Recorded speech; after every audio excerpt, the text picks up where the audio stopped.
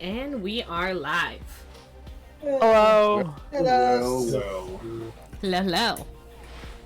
Hello, hello. How are we doing today? Surviving. More or less. Ditto. It's been insanely hot over here for the past few days, like 80 plus. Which for Western Washington, very hot. Vaguely toasty. And it's a bit Oh, early. yeah. Our summers don't normally start until July 5th.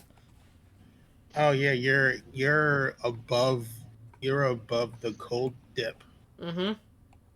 because down here we're about to get a couple days of decreasing temperature, but you guys are still in the hot zone. Yep. We're supposed to start cooling off a little bit, but not too much.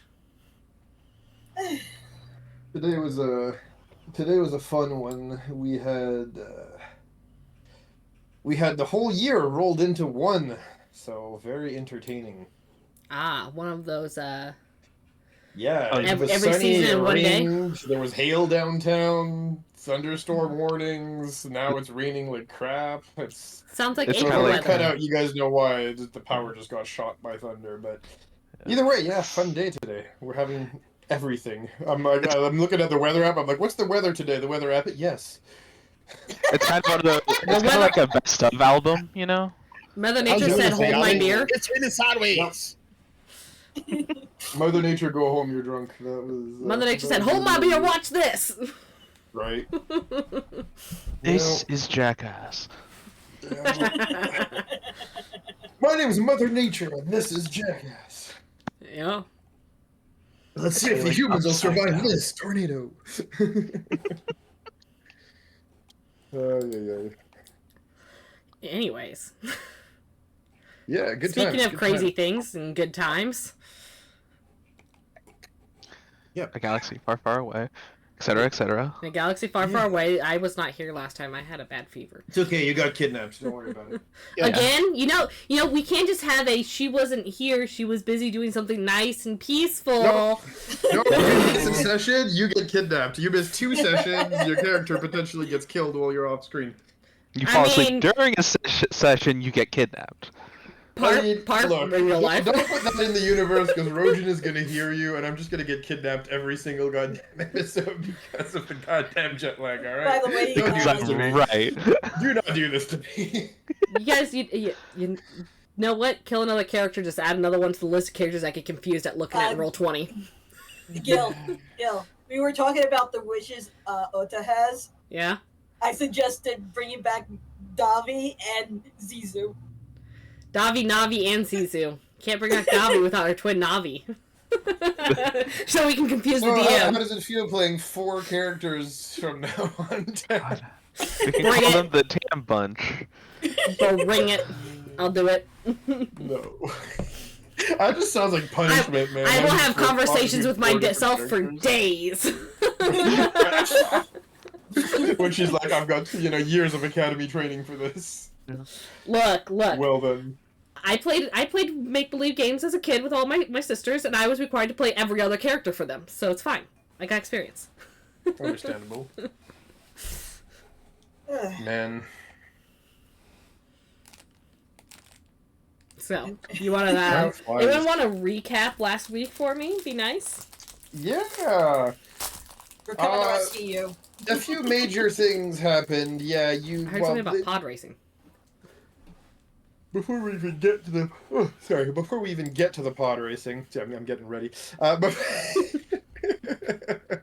Yawn, all yawn. I'm a Yeah, sympathetic yawner. Hey, it's contagious. I got him, boys. All right. So yeah, jokes aside. So yes, last episode started up in the cantina. Actually, there was a few things that happened there. One thing that I cannot spoil, but the meat puppet in the freezer started making noises, so Orta went to check it out and managed to calm it. Azrin's backpack tried talking. That was fun. This is concerning. I had to shush it. His holocron was maybe trying to have a chat. Yeah. It turned itself on a little My bit. favorite grumpy old man.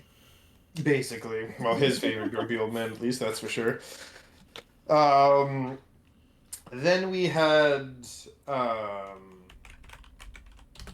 you getting kidnapped. You were off to do a nice thing, but that didn't turn out so good. Thanks. Appreciate you. Don't worry about it. I kept you involved. Don't worry.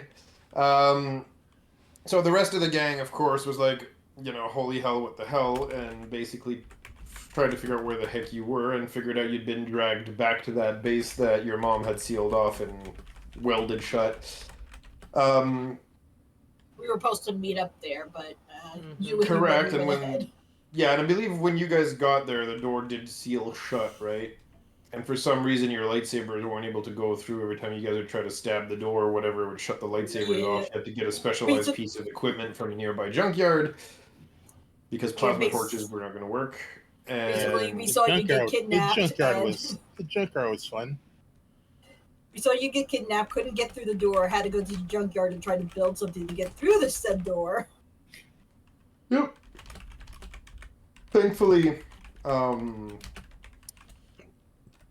they did manage to convince the owner of the junkyard to let them do that on the condition that they would race in an upcoming pod race in a few days. So 2 of the members have had, explosive collars fitted around their necks, as is befitting of unreliable slaves, and were sent into the ship to do what they have to do. Along with you guys all went to doing that. Funny enough, once you guys got into the ship, some robotic voice over the PA system basically opened all the doors to let you guys in, saying they didn't want you to destroy more of the doors using that drill. Yeah, basically drill mounted on a forklift kind of contraption you guys had come up with. Hovering forklift, of course. We made some redneck bullshit. I mean, this is still Star Wars, right? It's a hovering forklift with a drill. The drill is just slammed on top. But yes, that mining equipment you guys came and put together. They didn't want you guys blasting through the rest of the ship, so they basically said, you know what? No, we're not going to do that. We're going to open the door, and they basically let you guys in all the way to what seems to be that base's command post, as there's a bunch of machinery on the edges. And when you did get to that particular room, you saw this massive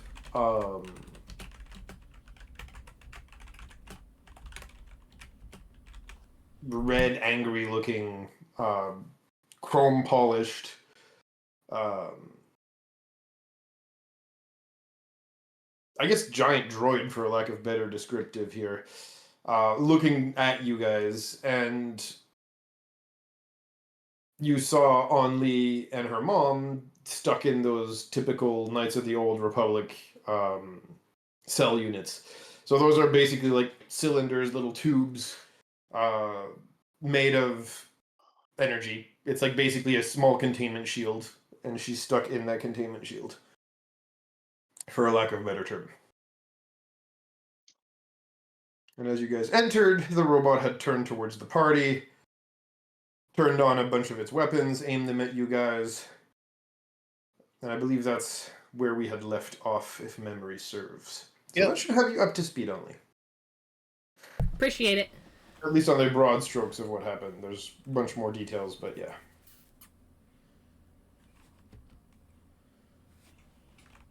Okay. Tell me you didn't watch the video without telling me you didn't watch the video. Got her. All right, so... Yeah, next time I have a really high fever, I'll watch the video. It's not like we don't have any adulting kids or anything else to do in life, right? It's not like my kid hasn't been sick for the past 3 weeks, too. Right? Like, how dare you not sit down and take 2 hours to do something that is not constructive or productive for a change, right? Yeah. I know. All right. So, memes and jokes aside, here we are. This leaves us with that.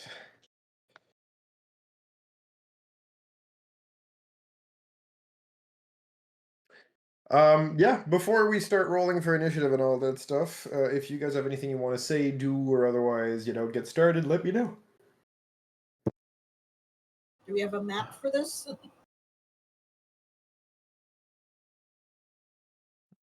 Yeah. Will there be like a combat map?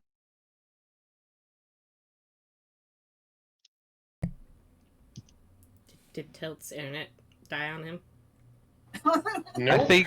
Oh, Oh. well. it hiccuped, but I am still here. I was saying, yes, there is a combat map for you guys. You guys will be brought to that map. What I was asking is if you guys had anything you wanted to say or do before we roll for initiative and I drag you to the map. I look at the droid and I say, "Let our friends go, and you don't have to die today."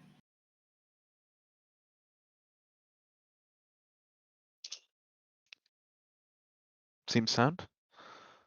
Acceptable.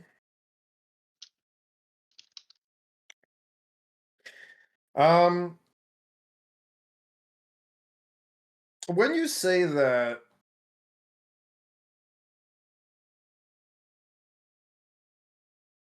the big robot lets out like an angry, garbled, binary screech at you guys, and over the PA system, you just hear a voice that says, "Oh dear, it appears it has severed itself from the mainframe. Unfortunately, I'm quite afraid this unit is currently experiencing technical difficulties." Does that mean we can destroy it? Affirmative. Please try not to destroy too much of the room. Would you be able to free our friends to let them help us? I'm afraid those units, those containment units were brought there are not part of the original design. They seem to be isolated from the main network.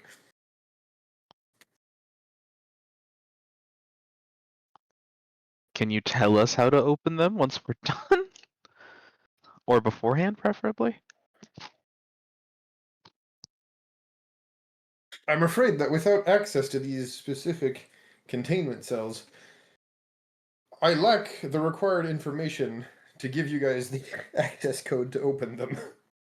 Or no, just take. We'll have to just take care of the bot. All right. You work on. I'll keep him distracted. You take care of that. Yeah. Okay. Well then.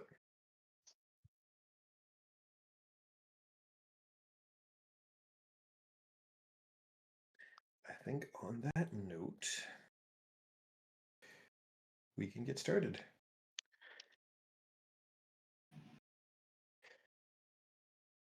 Okay.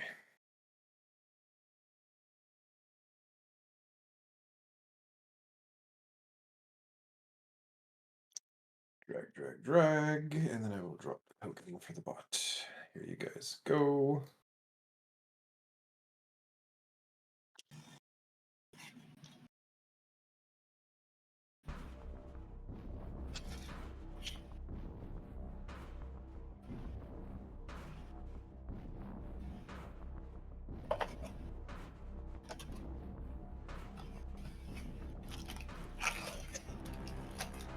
This is it. Okay, give me 1 second here. The token is loading, but it's taking forever issue. Stop In the using mean- 4K tokens. Yep. In the meantime, one thing I do hope you guys look forward to seeing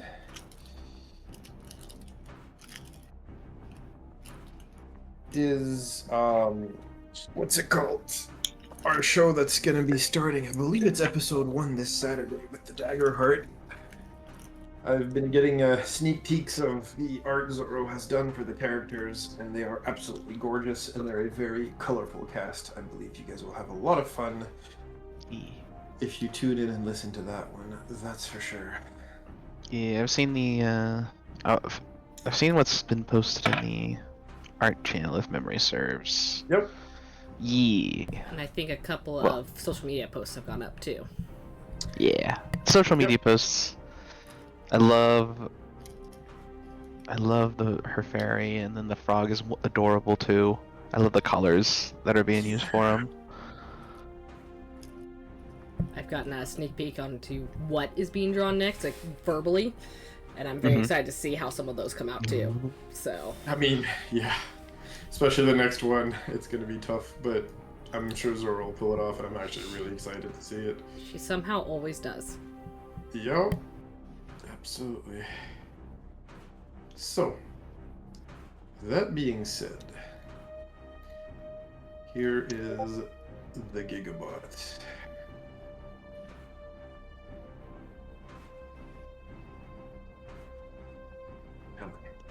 There we go. Okay. It should work now. Come on, roll 20. You can do this.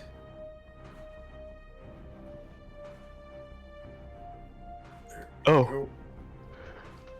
go. Is that to scale? Okay, okay. Now it's Got to scared for a second. Now it's to scale. That's manageable. Okay. I mean, that's still 2 people tall and wide when you think about it. Actually, almost 4. Yeah, 2 people Manageable. tall and 2 people wide. Yep. So yeah. Can we do let me the get that Control turned. Z for the stream so they can see Oh, Gigabot? Absolutely, absolutely. There you go. Whoop. No, that's not Control Z. It's Alt Z. No, Shift Z. There we go. Shift Z, not Control Z. Look at that dude. Damn, that's cool looking. It's totally not recycled from other Star Wars assets. I would never do such a thing. All right. How dare you even claim that you would do such a thing? Yeah, totally not left over from like, you know, pieces of like one of Darth Vader's old outfits. We don't. Yeah. You know what? I'm not even gonna go there. Listen, you'll be surprised what you find in space Goodwill. Look, here's the thing. First of all, well played. Second of all, I am not an artist, so producing art for me, unfortunately, is absolutely impossible. So it's either you guys get nice images that are secondhand images, or unfortunately, you guys don't. Killer get images stick because figures. I'm absolutely, yeah, exactly. My art is stick figures. I Hey, will go not make have fun of my Zoro stick draw- figures. Right, and I will not have Zoro draw every single character for every single campaign. Poor girl is gonna die. All right. Just start recycling like old Mech Warrior assets. Right. Mhm. Look, as a person who loves Mech Warrior, I would actually, especially like if you look at the Mech Warrior TTRPG Lancer, like they have some really cool designs in that fucking game. Like, I'm not gonna lie, that would be a very easy recycle, and it would look really badass. Yeah, Alright. Lancer's killer. Right? And there's the actual Mech Warrior TTRPG, There was that. which I haven't checked out yet, but yeah. Yeah, let me know. Okay. Alright, initiative time. Let's do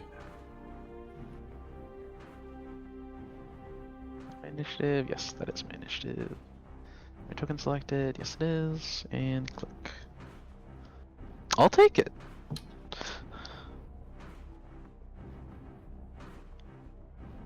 It's actually not half bad.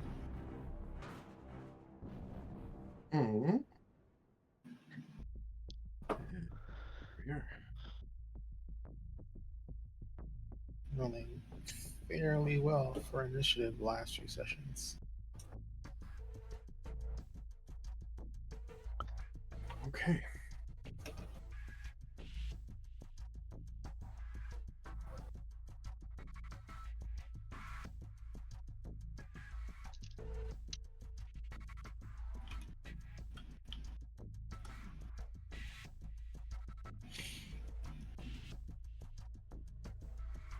Okay.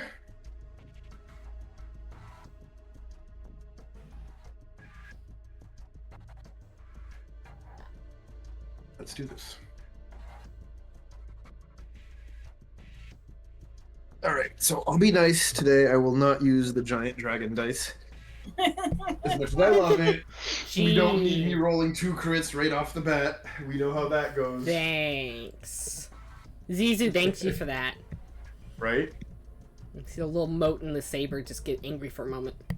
Yep, just Yep. flips a bird to the sky as it's swirling around the saber. It suddenly formed into a Right. shape of a middle finger. Just realized.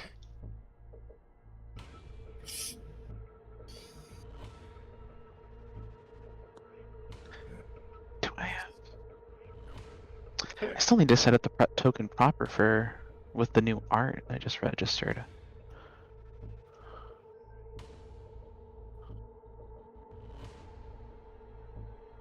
Well, that being said, y'all are going first.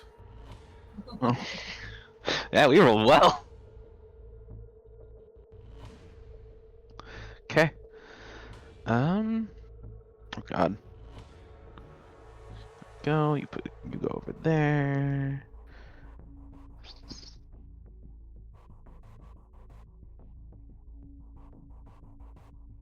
All right.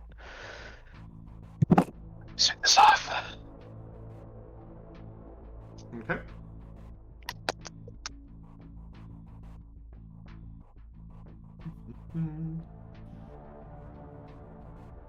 So, Huh.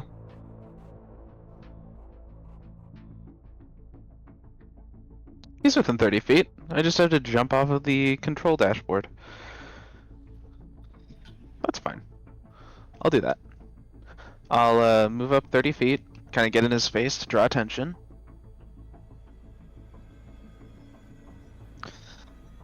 And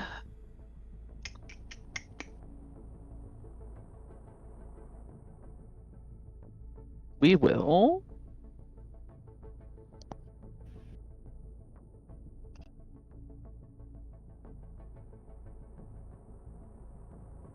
probably just this. so Not before probably. you attack, Yes. as you run up to this thing, I need you to give me a strength save, please. Strength save. Okay. Right.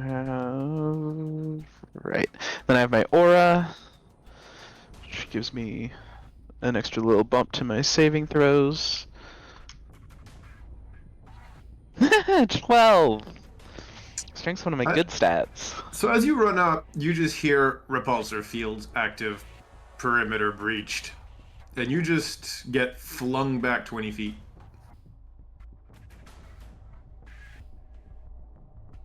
Yay!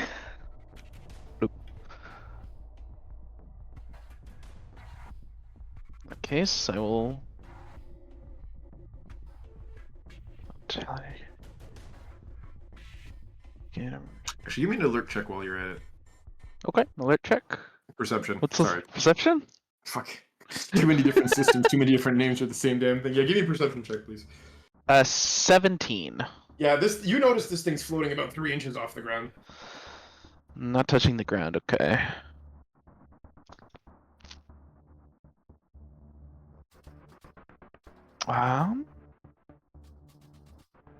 I guess what I'll do then is I will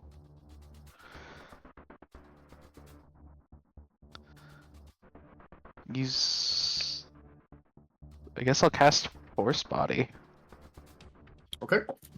Which makes it so I can, rather than spending full force points, I can spend a hit point to help cast it. Oh yeah. One of the best force powers in the canon. Well, before Disney ruined the canon, but yes, one of the best force powers, I think, in the entirety of the Star Wars universe. Okay, there we go. I'll use that to indicate that Force Body is active. Very good. Bonus action. Do I have any bonus actions? I don't think I do. Not really. Okay. Yeah, I guess that'll be my turn. Okay. Could Okay. How far away did Orta bounce back? 20 feet. Oh, so there's a 20. No, not how far did it bounce you back? How close did you get to the android before it bounced you? Oh, was it within 5 feet, Tilt? Yep, it's when you got to melee range. Okay, so melee range sends you back.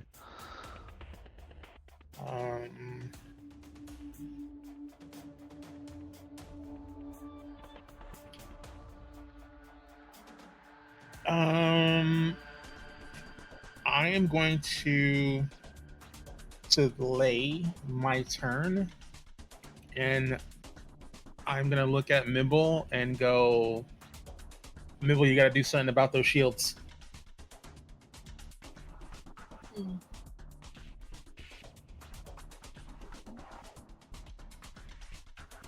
Right.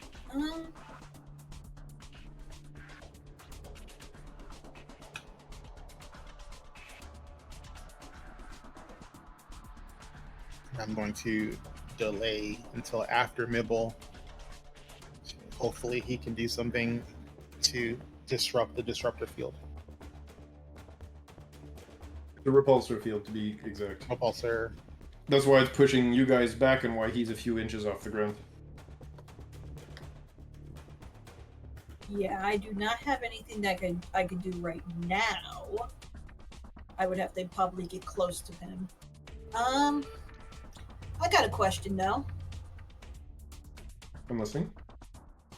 This is a droid, so in order for him to see, he would have to see through cameras, correct? I mean, it has optics. Yeah, but it's kind of like a camera, right?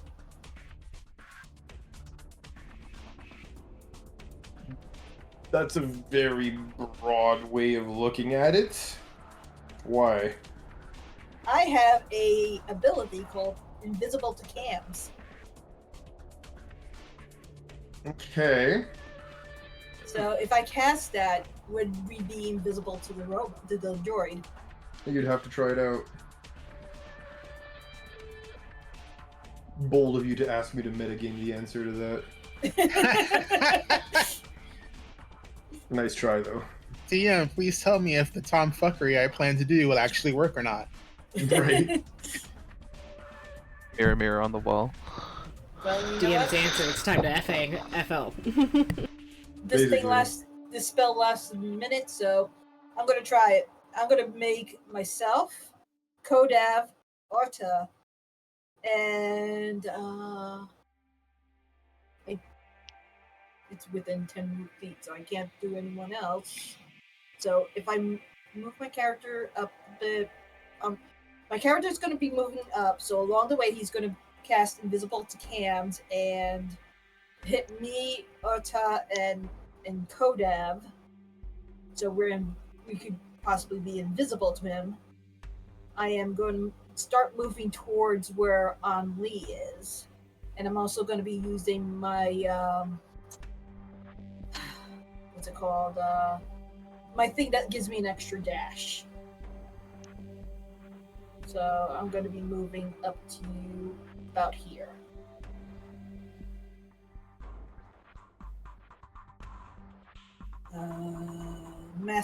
Nibble agility. So that gives me an extra dash. I made Kodav, myself, and Orta invisible to cams.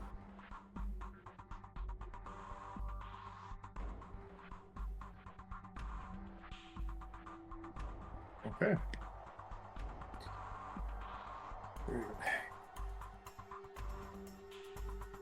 Okay.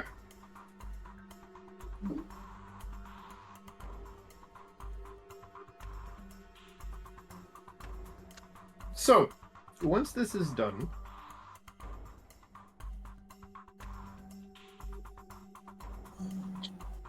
you do hear. Actually, 1 second, guys. I'm having a moment here. I just realized something. I am realizing that we are not using the right tokens for your characters. Let me fix that, please, real quick. There Yeah. we go. Yeah, you guys were using the old tokens. There we go. All right. So, that being said, yeah, you do that.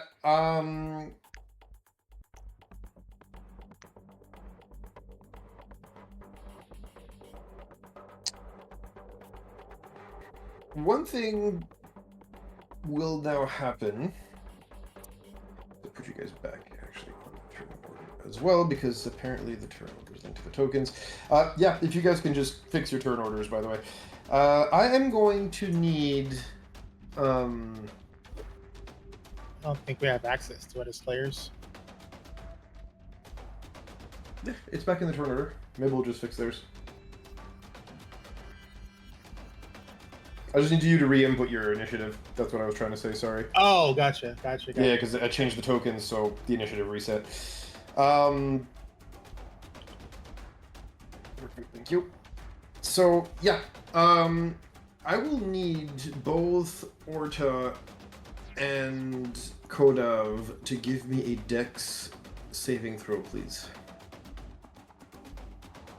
All right, dex save. Yep. Okay. It's two.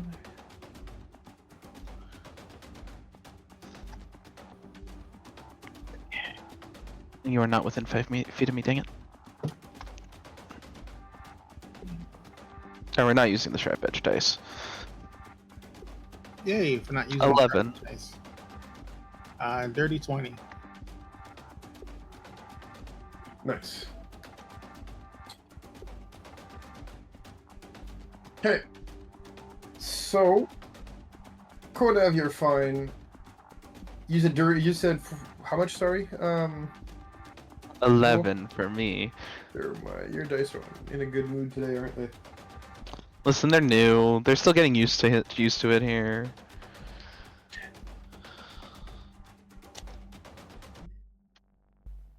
And then the old set is also getting jealous, so it's obviously not going to roll well. Obviously. Dice are temperamental. True. That's why they're going back into the box. Also true.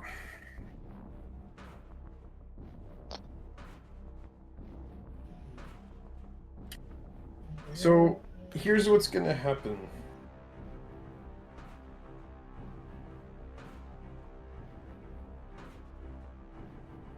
Alright. I need to roll some damage. That's fine. Take And your then time. You will be taking the full amount, and Kodav will take half.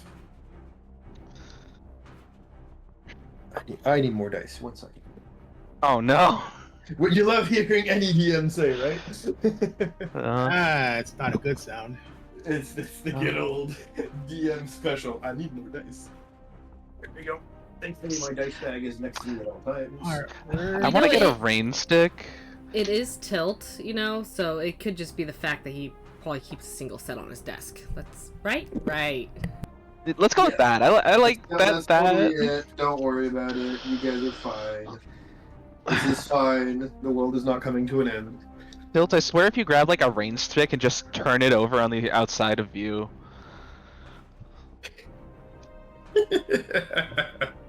Alright, I'm gonna mute myself.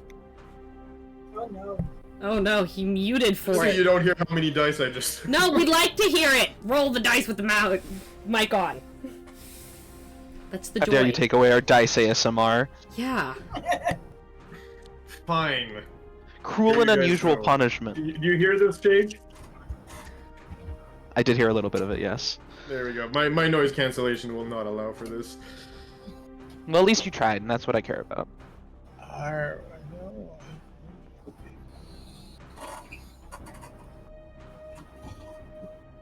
Can I write that down? Alright, so, for you,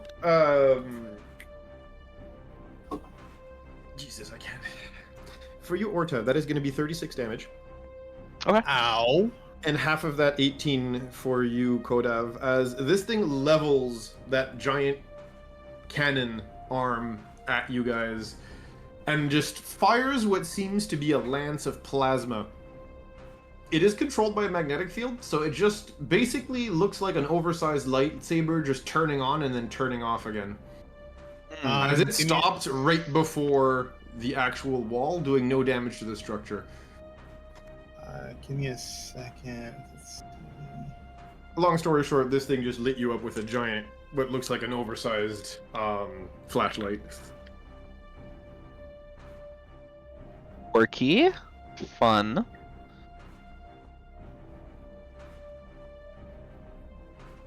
Okay. Does this? So okay. So no, because it requires AC thing. Never Correct. mind. It is not an attack roll. It works like a spell. It's like basically a fireball or a more like a actually like a A you know, laser. Well, yeah, there's an actual it's something of force in D&D. I forgot the name. It's there's that long line of damage that repulses people or sucks them in. I don't remember. Anyway, you know what I'm talking about. Moving on.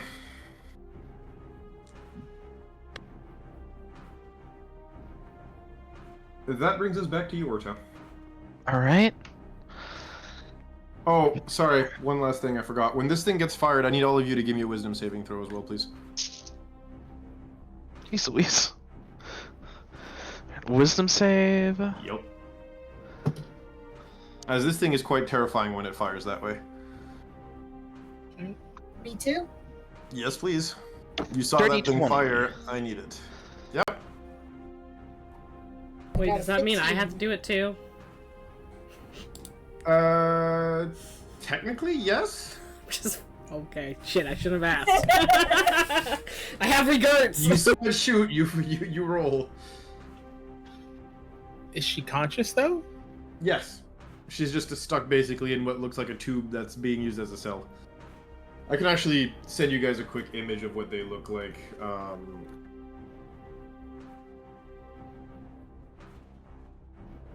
Images.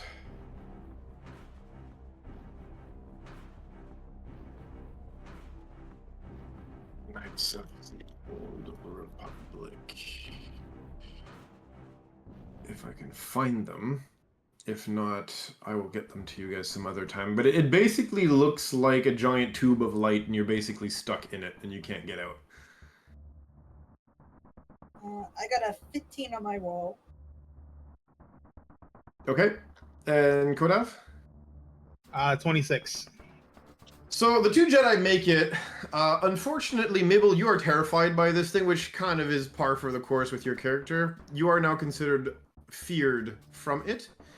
And so you will have to basically run away from it to the maximum of your distance possible. And in a straight line, please. And then roll again to see if you get through the fear. Let's see. Yeah, So it works a probably little I would have differently. to run somewhere back here. Yep, Right. basically. In that general direction. Actually, get my tool because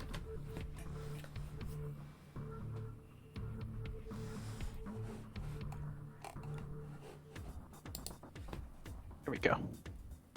Yeah, something like that. Orta. put me around. And then I roll again. Huh? And then you said I roll again.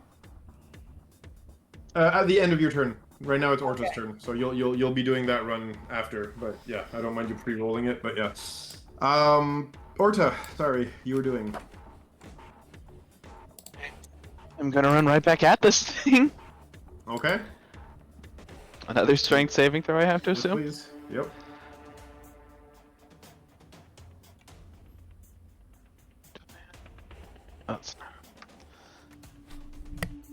Oh, that's better.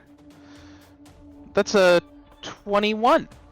Say less, fam. You actually managed to tank the repulsor field, and instead of getting thrown back, you just kind of lean into it a little bit more, not caught unawares this time. Yeah, you managed to stay close to this thing.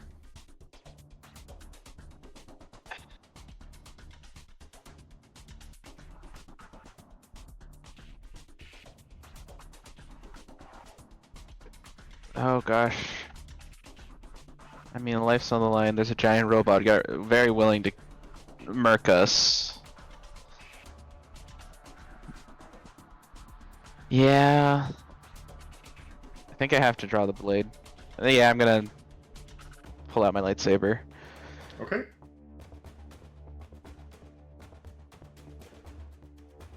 Can you give me a quick little insight check, actually? Insight check? Sure.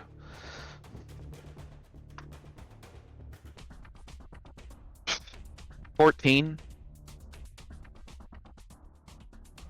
You know what? Give it to me with initiative. Not with initiative, with advantage, actually. Advantage. I'll explain to you why in a minute. All right. Let me just grab a new dice because I'm mad at my Sorry, current geez. dice. Betrayals over and over tonight.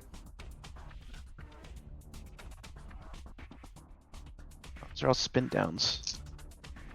There's not a spin down. Okay. Oh, that's better. 22. Okay. You take a deep breath and you go to draw the lightsaber, but something instinctual stops you from doing so. It's almost like the Force is kind of telling you, like, nah, bad idea, fam. We leave the lightsaber stowed. Okay. So what do you do instead then?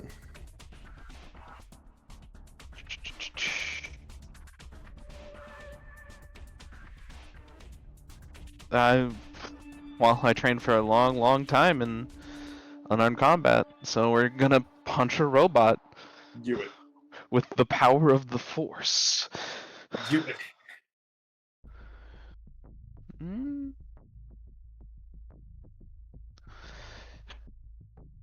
On your turn, you can expend a use of your channel the Force.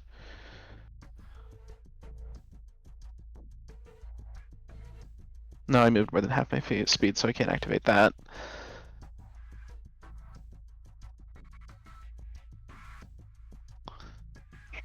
Sorry, I'm just making sure about everything that I have. It's been a long time.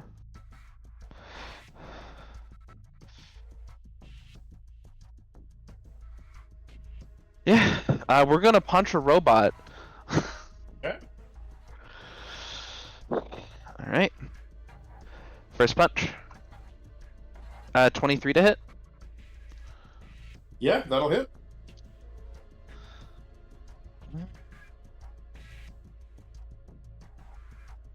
We're gonna amp it up a little bit, actually. We're gonna amp it up with 2 force points to add 2d8 of force empowered strikes.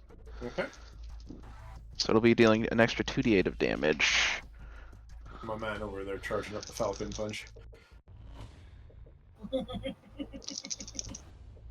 First punch dealing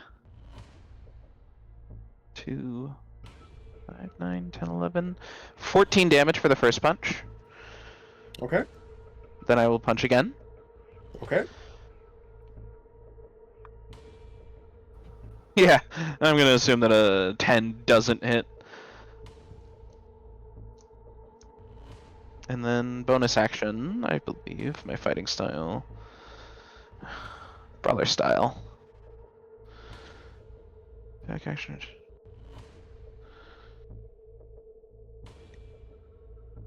I'm sorry, it's been a long time since I've actually punched with Orda. It feels like. Take your time. We are not on a timer. We are having fun. Punchy, punchy, punchy. I will punch. I will use my bonus action to punch again. So I'm hearing we're seeing both Captain Falcon and friggin' JoJo mashed into one now. I like it. There's a little bit of aura, as the kids say. Okay. Right? However, I'm thinking of 12 misses. Yeah, unfortunately. What's the other one? I really need to like do a new. Oh, 23. Okay, yeah. So at least roll Yeah. for the one that does hit. Oh, I already rolled damage. That was 9, 10, 11 plus 3, 14 damage for that strike. Of the bludgeoning type, correct? Of the bludgeoning type, but empowered by the Force.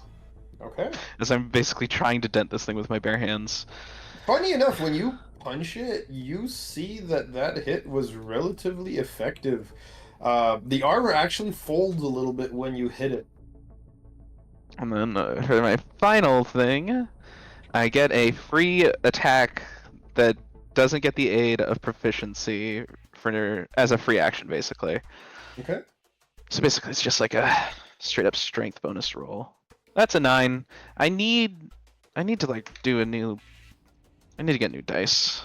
That's every single session.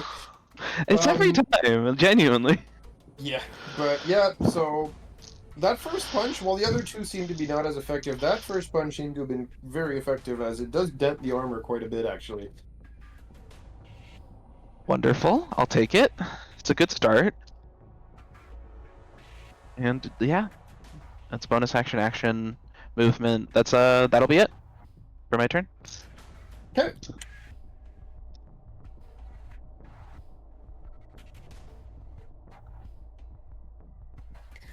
Um.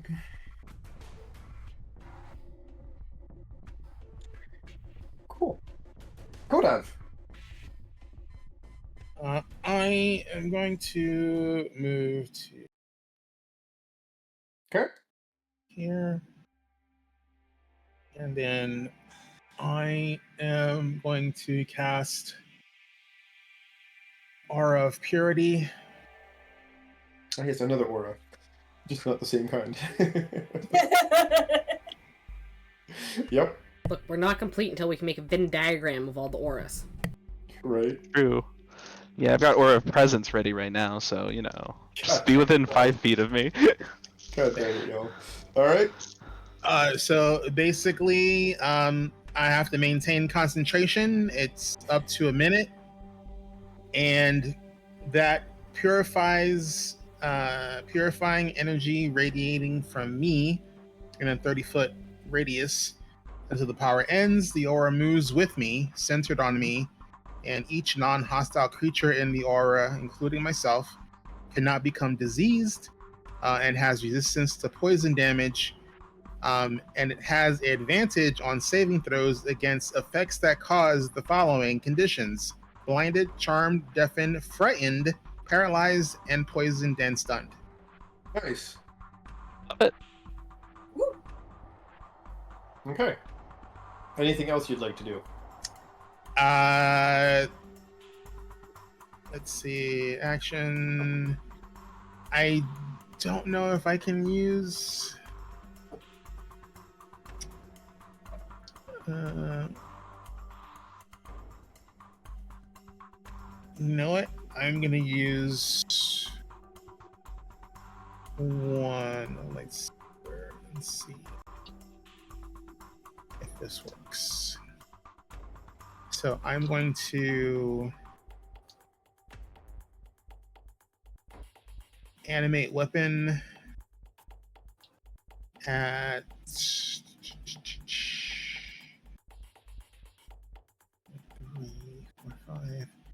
So I'm going to animate weapon at 4th level. Okay. Actually, do I need to go 4th level? Cast this spell for a slot.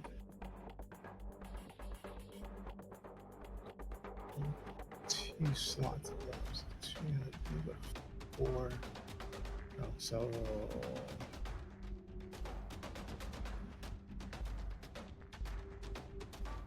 Okay, yeah, I have to go to 4. I'm going to do animate weapon, and I'm basically going to launch a lightsaber at the droid. Okay. And it's going to attack as part of the bonus action. Okay. So I don't know if the lightsaber has to make a saving throw versus the repulsor field or not. Yes, but give me 1 minute here. Oh wait, they don't have HP or anything, right? It's just like spiritual weapon. Well, it's a physical object that I get to use as a spiritual weapon. Okay, give me a minute then. First of all, give me 1 sec.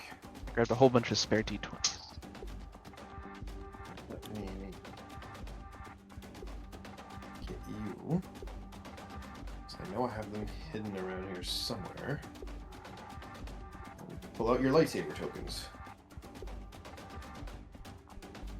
So we do have them hidden somewhere in here. 1 sec.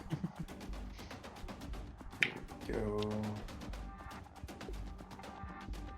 I'm only doing the one, so it's the orange one.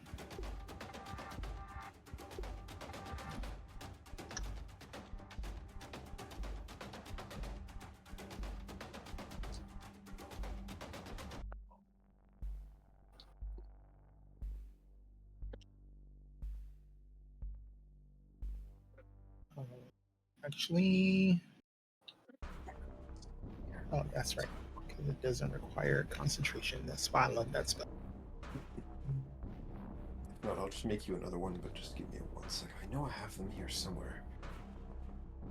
They should be in your assets because we used them before.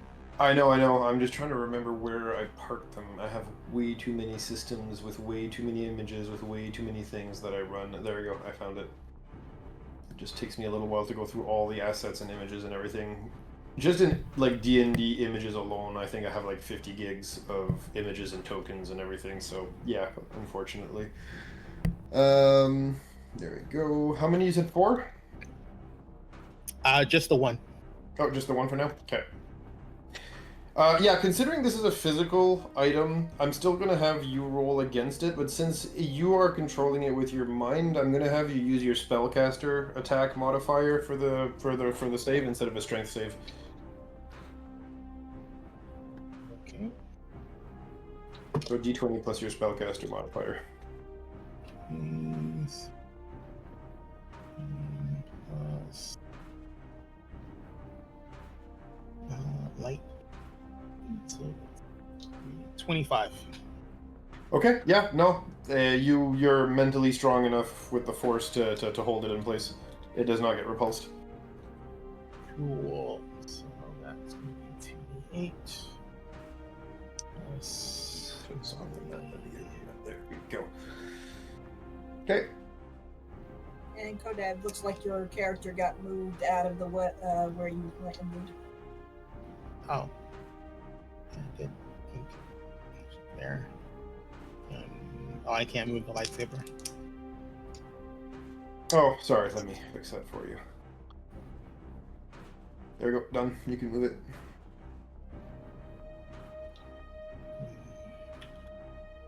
Fix my aura, because that disappeared too. I'm not sure what happened there. And there's no flanking, right? No. Okay. I'll just put you there. Wait, let's see.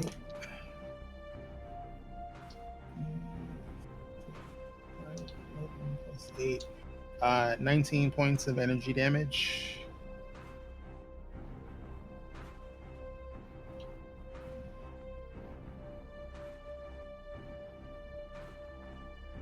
And that is all I can do. Okay. That's energy damage, correct? Lightsaber, yes, energy. Okay. As your lightsaber hits this thing, it turns off. Nani? Correct. Okay, so how does that affect my animate weapon? It's not the animated weapon itself that's the problem. You know what? Give me either a tech roll or give me an insight roll.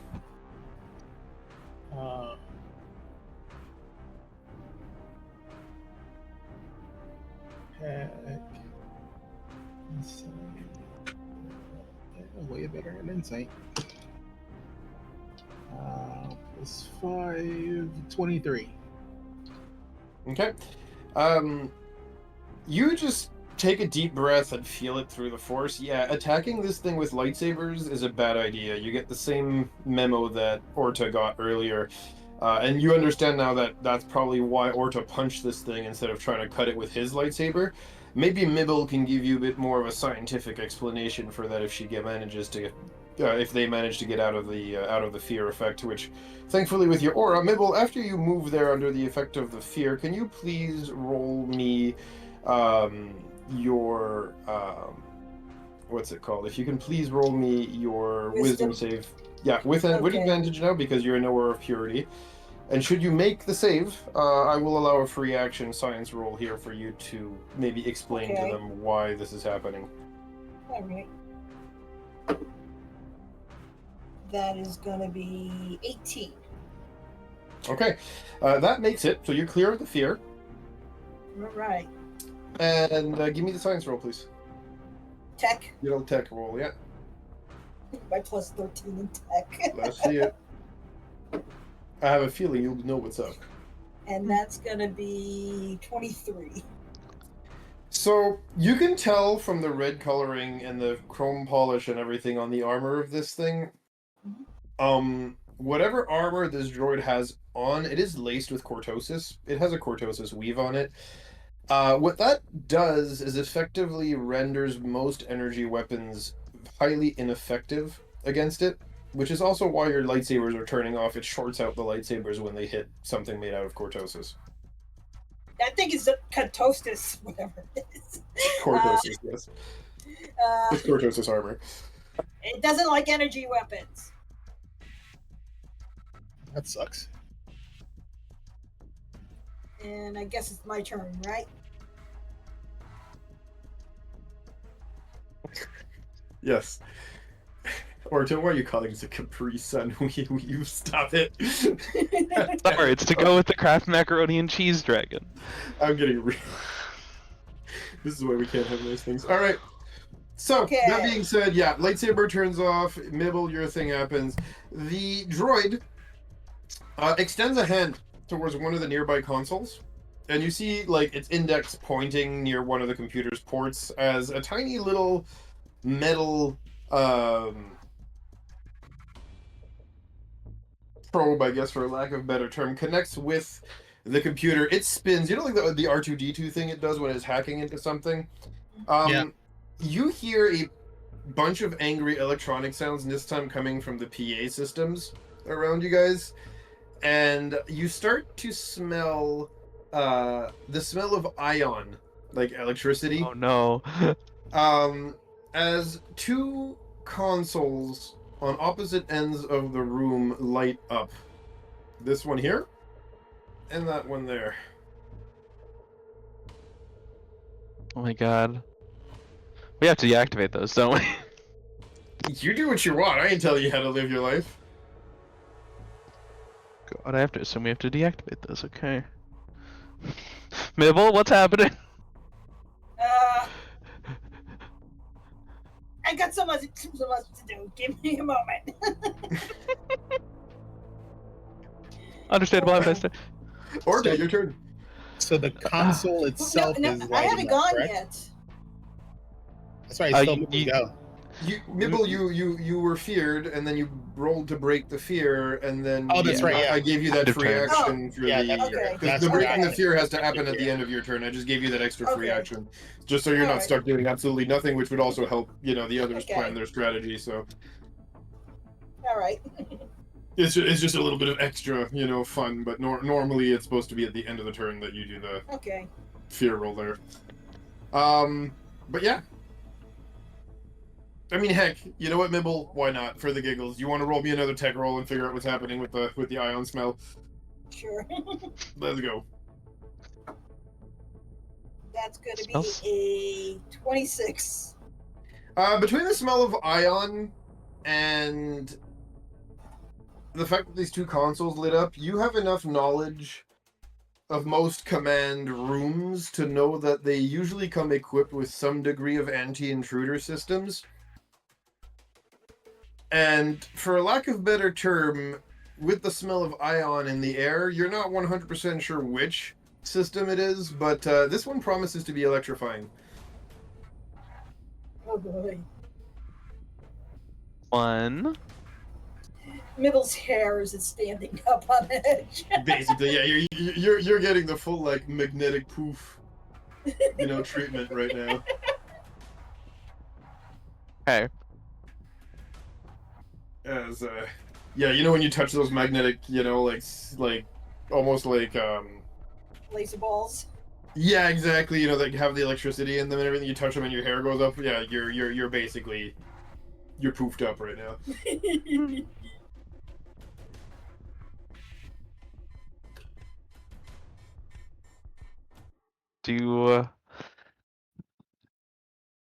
I feel inclined to stay in combat with it to keep this thing from being able to chase anybody else around. I'll hold its attention while you guys take care of the command consoles. Does that work for you? Yep. All right. I will use my bonus action to use the Way of the Craft Dragon as a bonus action. It lets me add my strength modifier to an attack once per turn, Okay. basically for 1 minute. Very good. And I'm going to use 2 attacks. I'm going to swing. Mm-hmm.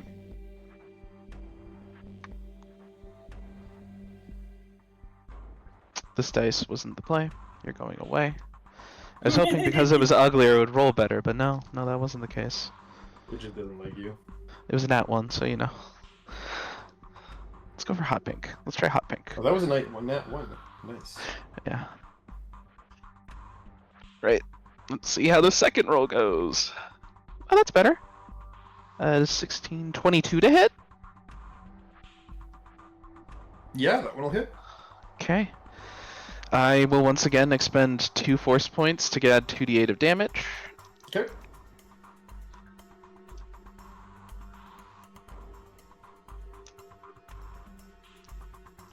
Where's my second d8? There it is. Okay. And I'll be adding my strength modifier to this as well. My second instance of my strength modifier to this attack. That's great. Oh, I love rolling 2 once. 6, 8, 6, 12. Another 14 damage for that attack. Mhm. And then I will do my free action punch. Okay. 20 to hit. Okay. That one will also hit. Okay. One more force point. 1 force point on this one to deal a little bit of extra damage. Okay. 3, 6, 9. 9 more bludgeoning damage with the free action punch. Nice. And the first one was how much? 14. Okay. Excellent. So yeah, you hit this thing and land a couple more heavy blows as you see its armor dent in again under the effect of your punches. It lets out an angry, garbled electronic noise as the door to the hallway shuts, trapping you guys in the room. Punch time, And I guess. It's on to Kodav. So I'm using a bonus action to retrieve my lightsaber. Okay. I can move 20 feet. I'm just gonna say it's Okay. with me. So I'm Yep, gonna move. easily. I'm gonna move over to this console, and then I'm going to reignite my lightsaber and plunge it hilt deep into the console. Okay. Yeah, you definitely managed to spear the console with your lightsaber.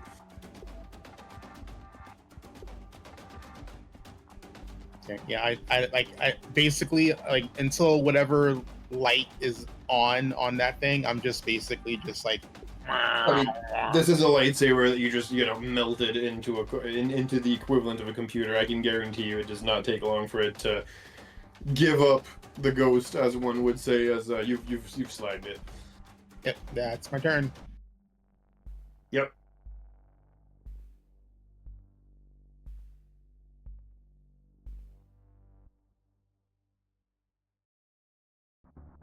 Mibble. Okay. Well, first thing I'm going to do is get over towards Lee and try to undo the thing she's in. Yep. Okay, give me the old tech roll. That is going to be another 26. Welcome, Raiders from Magnesino. Welcome in. Hey, Hello, The welcome, barbarian just guys. got freed, so great timing. Hopefully. Maybe you'll change Okay. our party's dice luck right now. Right. We need it. Okay. So, with that being said, Mibble, yeah, you gave me the old tech roll. I said another 26. Perfect. Yeah, doesn't take you too long to plug into this thing as yeah, the containment cell she was stuck in just fizzles out and she is now freed to join the initiative. Ooh, goody. Although I cannot see the initiative. It's hiding somewhere on my screen. I can't get roll 20 to I operate. can move it back in. I don't know if you can see it if I move it or you have to move it. I think you have to move it on your screen. Yeah, it's on Yeah. my screen. I can find where it's at, but it's like I just need to refresh roll 20. Okay. I was trying to avoid it, and I just need to give in.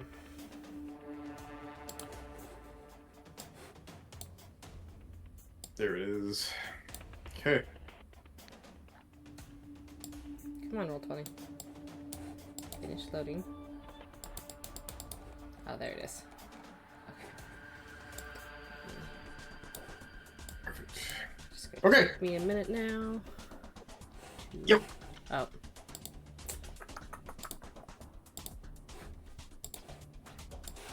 Pop out one of my character cards. One of many. Alright, and initiative. Okay.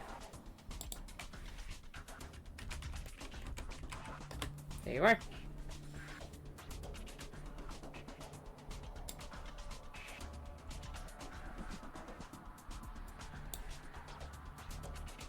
Okay.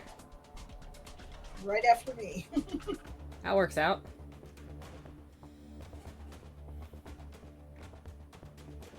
Perfect. So go ahead then. Let's see it. Do I have all my stuff on me, or?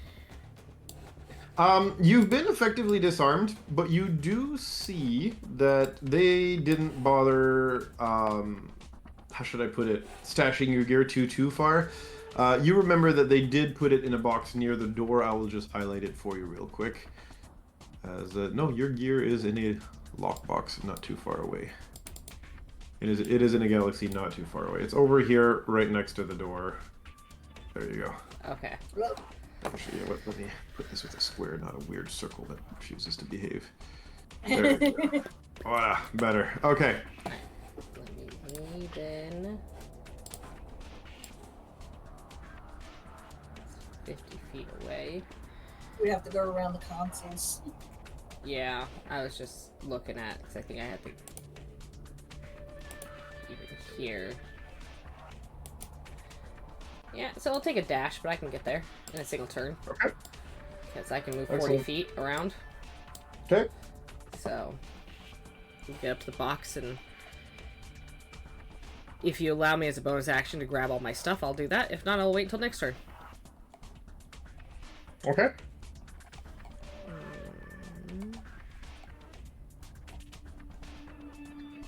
So, as this happens,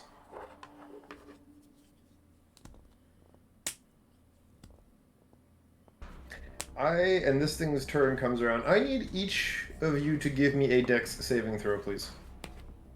Okie dokie.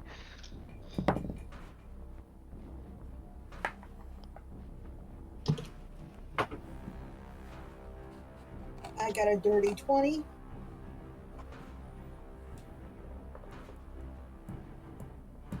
Okay. Clearly not my saving throw dice. 12. Okay. 19. Okay. And Kodev? 21. Very nice.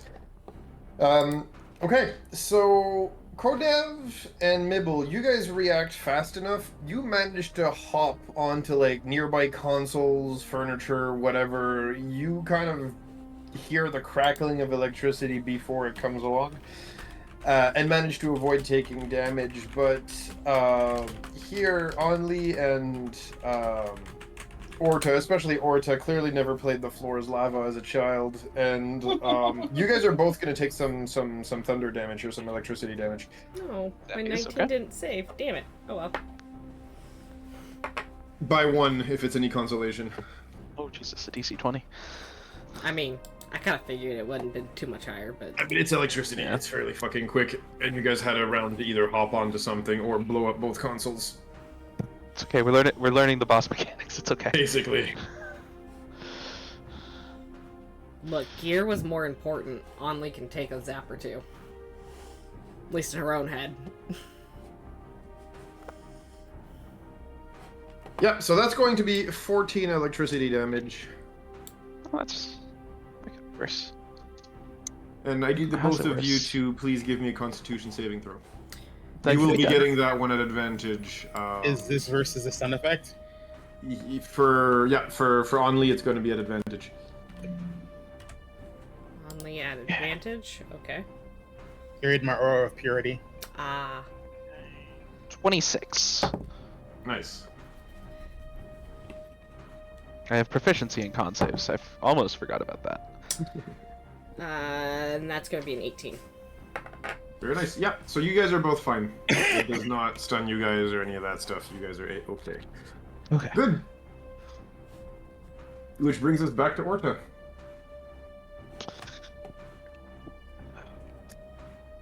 I mean, This is your 4th round since the beginning, right?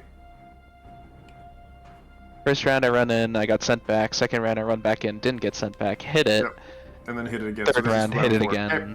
Yeah. Round 4, I yes. need you to give me a quick. I need you to give me a quick wisdom saving throw, please. Got it.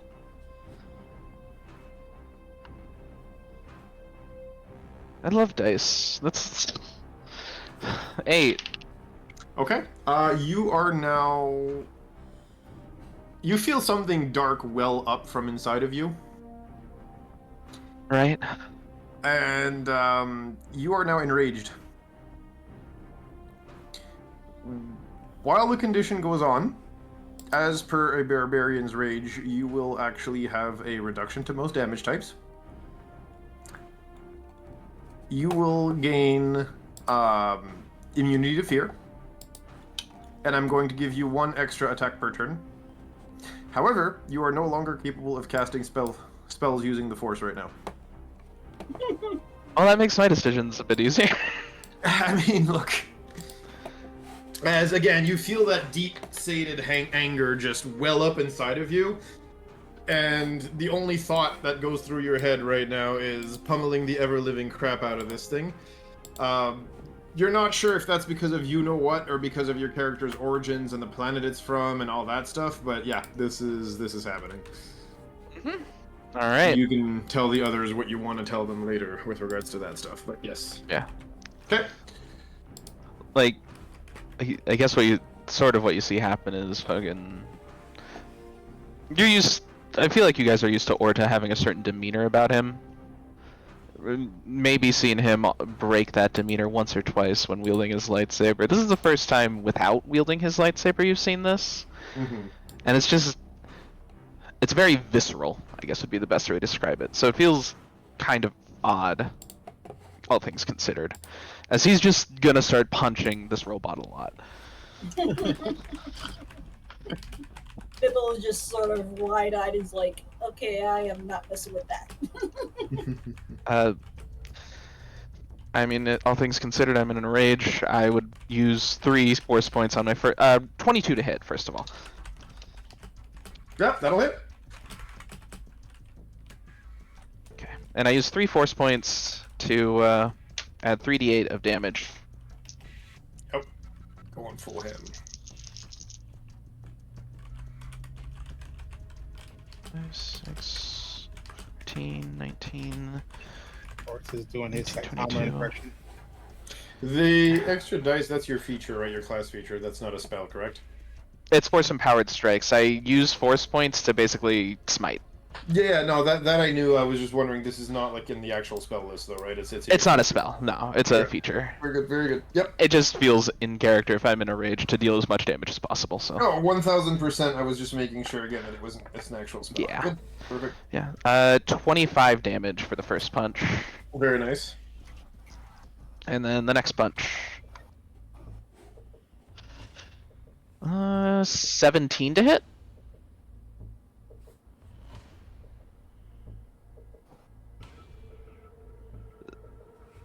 Tilt. Yep. I'm just mathing it out. Yep. Oh, gotcha.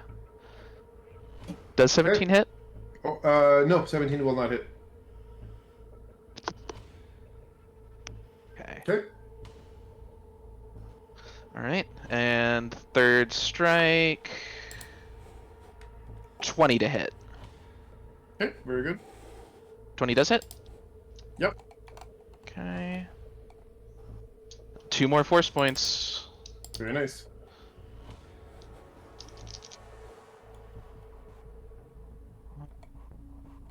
Eight, 9, 10, 11.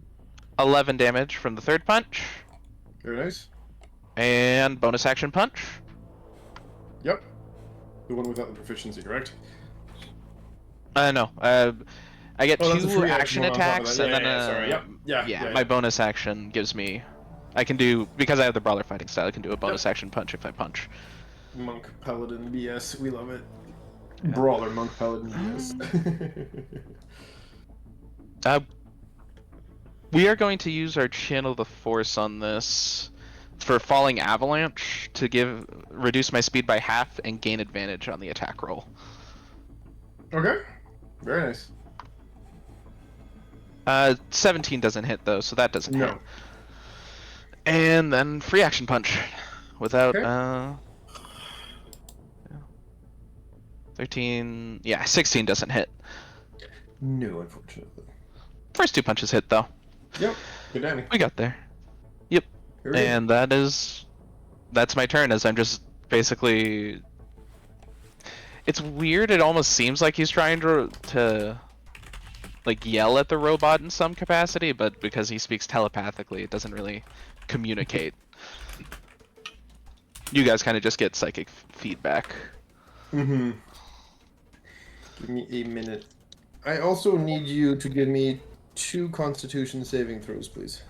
You got it.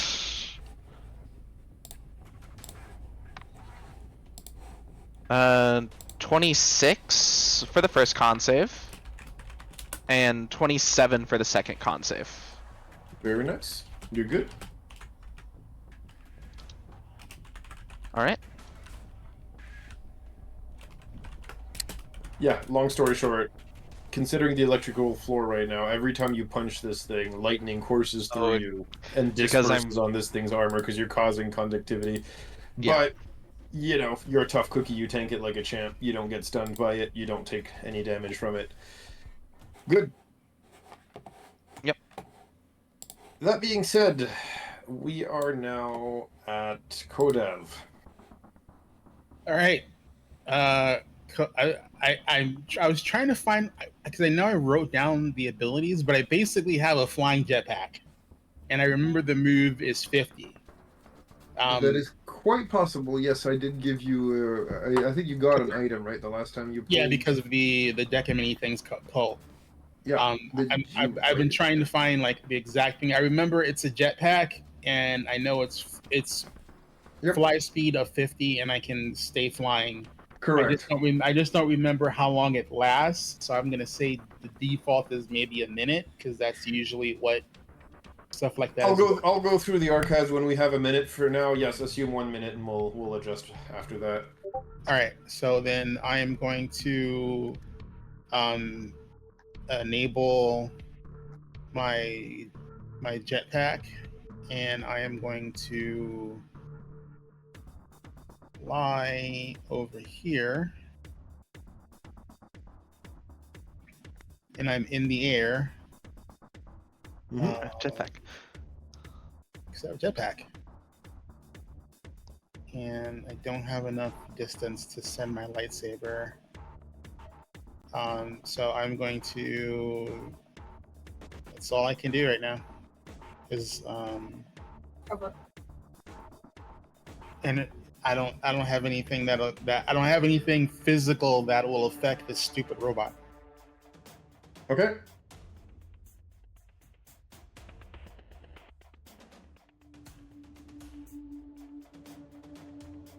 So do you do anything else from now? No, I can't. There's nothing. I can't use. The console's too far away to use my animate weapon, and you don't have like saber throw or anything that could reach it. It would break my concentration.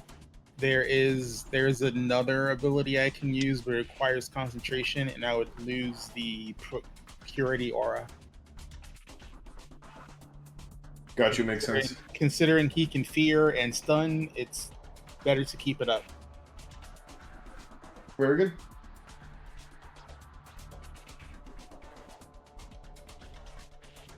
Okay, good. Mibble. Okay. Looking at Anli's mom, how does she look? She's still stuck in her containment field. Mhm. She is conscious, if that's what you're asking. Okay. 5-foot step, unlock her. Okay. If you're doing that, how do you get there? Actually, I'll go like right around here. Since Are that was you where- walking on the floor? I could be on the console still, right? If you're hopping from one console to the next, sure, I'll ask for an acrobatics. All right. So acrobatics is kind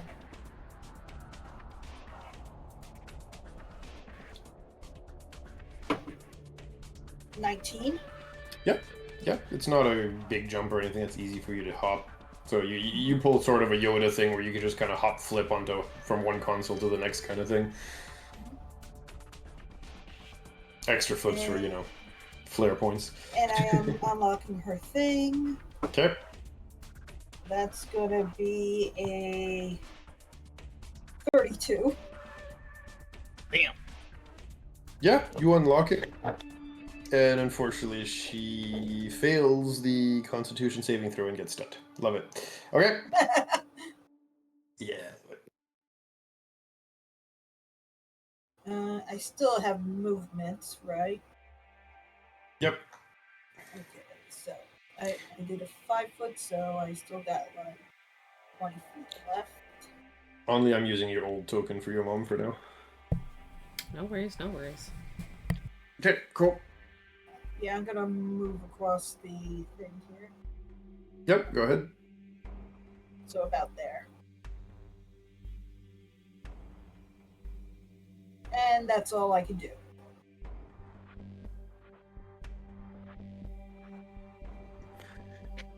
Okay. Only.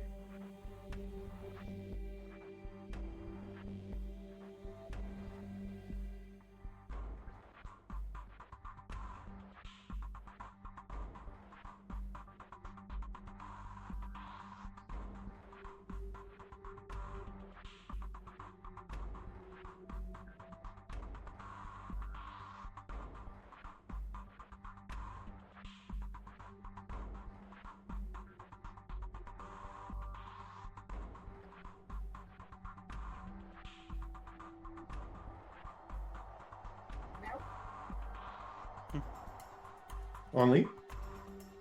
Which, before I moved her, was Only able to pick up her axe? Yes, you were able to get all your gear. Okay. So she's gonna move to here, which gets her in throwing range of her axe, and she's chucking the axe at this computer, because she saw what they were trying to do from where she was at. And you can reach that far? I can go 60 feet with it. Nice. It's the max One I can thing, go. though, before you throw, as you are walking on the electrified floor, I will need to roll a bit of damage. 1 sec. No worries. And if it matters, I move 10 feet through it. Yep, no, it doesn't change anything. Just, this is just going to be basic. If you guys were higher level, it would matter, but this will not matter here. Yeah, this is just the old basic 13 electric damage. Okay. Well, thunder damage, whatever you want to call it, yeah. Good.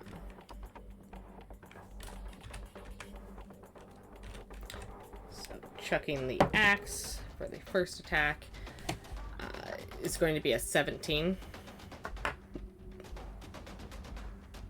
To hit the inanimate object.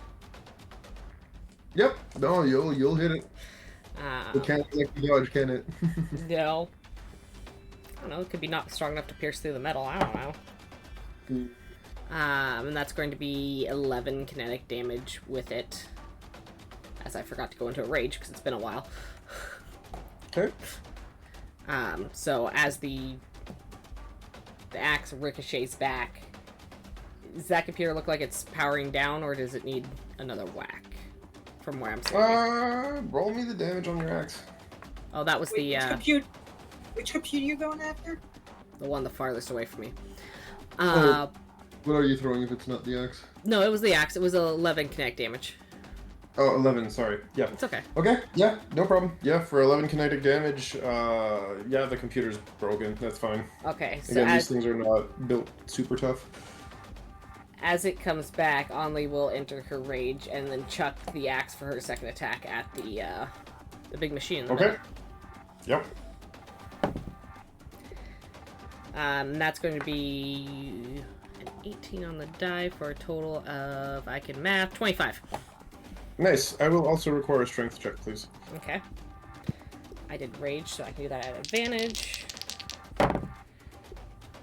For just a straight check. 18. Yep. Okay, unfortunately, the axe gets thrown, and this thing's repulsor field just bounces the axe back at you. Okay. I need a dex saving throw, please. Yep. 21. Yep. You just deftly catch it. You're very much used to doing this sort of stuff, so the fact that it comes back at you a little faster maybe surprises you a little bit, but you're so well trained, you just grab it by the handle, no problem. Yeah. I think in that case, she's going to finish her movement then. Very good. And she'll hop kind of across these consoles to end up over here. Very nice. Yeah. So she smashed, for anyone who didn't know which one, she smashed that computer. Perfect. Yeah, so that being said, you're not going to take any further damage walking towards it for that second attempt at moving. As, yeah, axing that second computer definitely shuts down the electric field that was on the ground. Okay. So this is gone, and that's gone. And I'm Very able to good. successfully move closer to it?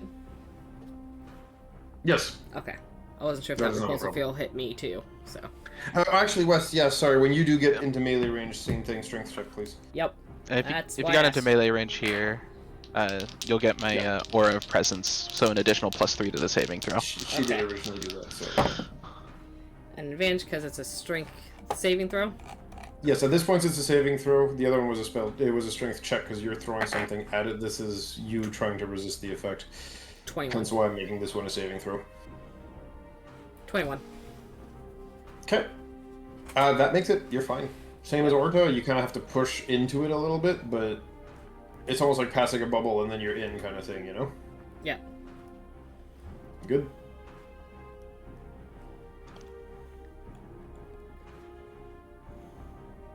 Perfect. All right. Robot.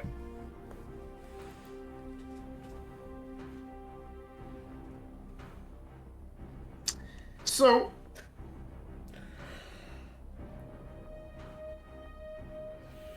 this time, it removes that, hacking spike, for lack of a better term, from the nearby terminal. And, Orta, you notice this thing's feet are now touching the ground again. Ooh. As the repulsion field you guys were feeling earlier seems to have turned off.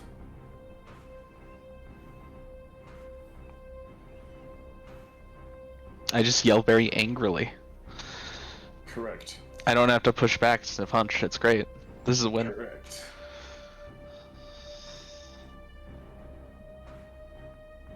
And what this thing does is it kind of like squats itself down a little bit, almost like it's anchoring itself on the ground.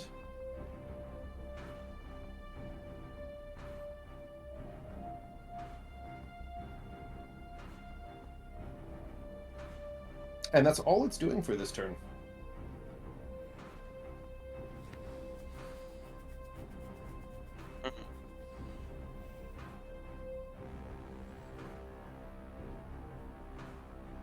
Very good.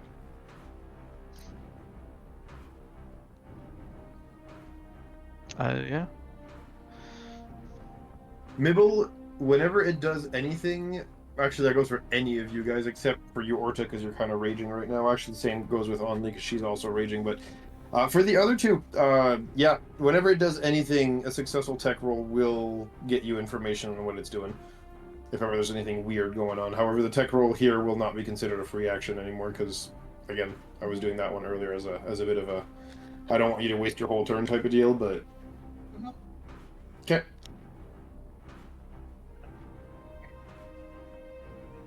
That brings us back to Orta. Keep punching, my homie. Let's see it. Do I make any saves to try to break free from the rage at all, or is it just I'm in it right now? End of your turn, wisdom. Okay. I'll keep punching then. Okay.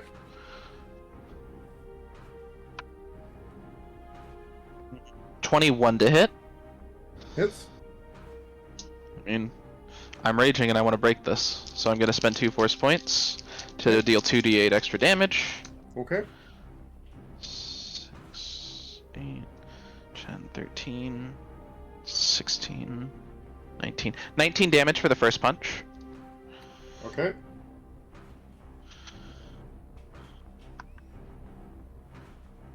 Uh, 16 misses. And third punch will be a 22 to hit. Hits. We'll spend a force point to punch better. Let's see it. That is 8, 9, 10, another 11 for another 11 punch damage. Do I deal bonus rage damage actually? Or is the extra attack basically to sort of make The up extra the difference? attack is basically To make up for it? Okay, You're gotcha. not a barbarian or anything, so I'm not giving you Yeah. full barbarian rage here. Okay. It's just more you're angry, so you're hitting extra. Gotcha. Okay. Just wanted to double check. Yep. Bonus action punch. Okay. That's gonna miss. And free action punch. That's gonna miss. As I'm basically for every punch that I leave a dent, there's another punch that bloodies my knuckles as I'm trying to break through metal with my bare hands. Basically. And then wisdom saving throw at the end of my turn. Yes, please. 22. Okay. Yeah, you actually managed to remember your Jedi training here. Take a deep breath, and you actually managed to break the rage. Should you choose to do so? I choose to do so. Just, yeah. Orta just takes a shaky breath as his sort of telepathy sort of sends out a bit more of a wave of calmness, barely grasping control. And that's my turn. Very good.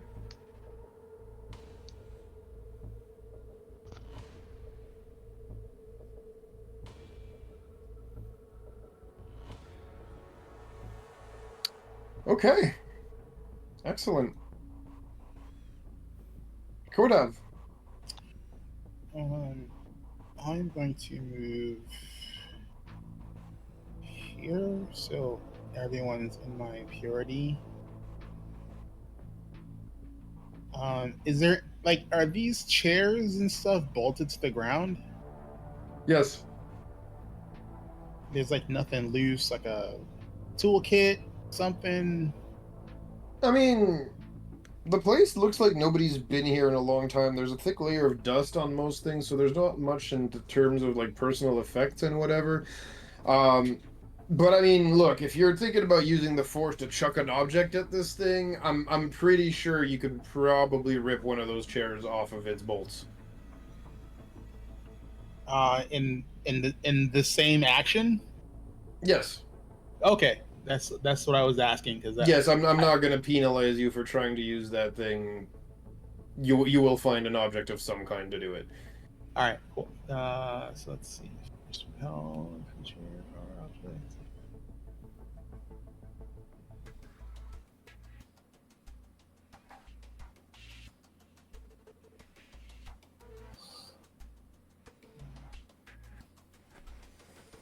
All right, cool. So I'm going to, excuse me.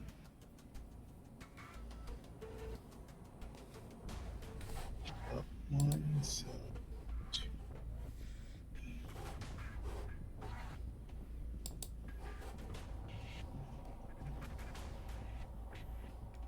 So I'm going to spend 5 force force points. 3, 4, 5. And I am going to has to make a dexterity. So the droid has to make a dexterity save versus DC 16. It'll hit.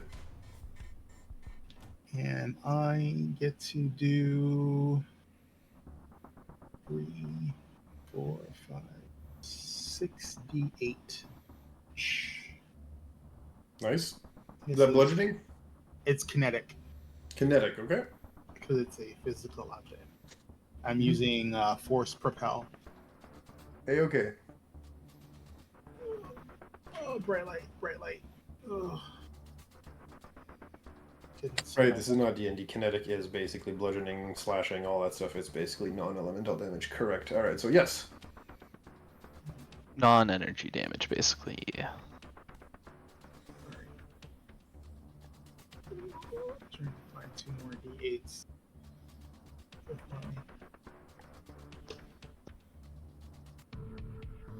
With my blurry eyes at the moment. The D8s and the D10s look too close to one another. Alright, let me see.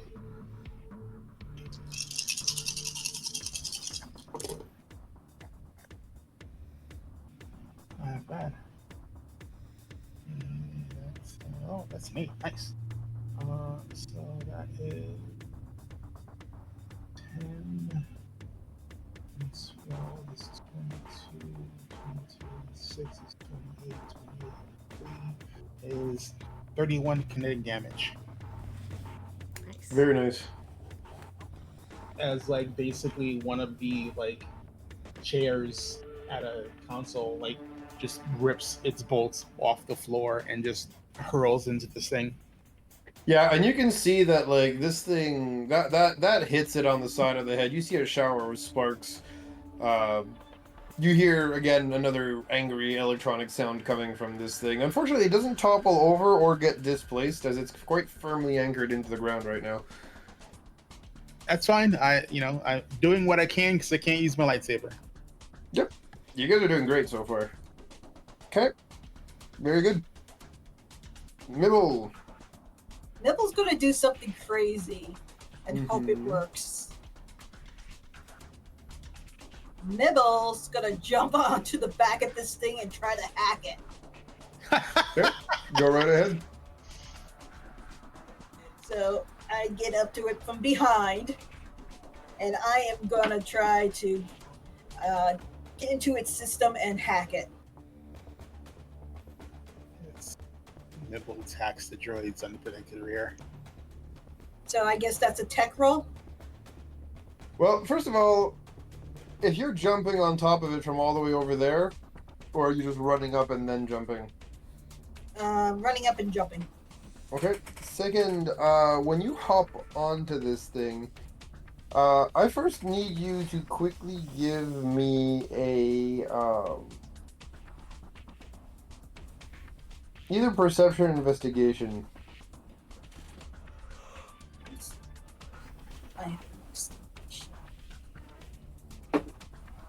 That is gonna be 25. Okay. Last questions I have to ask from you. How do you plan on hacking this thing? I am looking for something to get into its inner workings. Sort of like a panel that I can open up and just get to like the circuitry or something. Okay. You look for a panel that you can open or remove or whatever. This thing is clad in armor. You don't see any external ports or panels or anything that you could access. It's probably buried under the armor. Same with any form of like USB port or any equivalent, Star Wars equivalent of it. There's no receptor ports or anything. It has its own thing to plug into like one of the computers, but it's right now retracted into the finger after it turned on the electric floor. Okay, so I'll take out my vibro dagger and make a hole in the armor.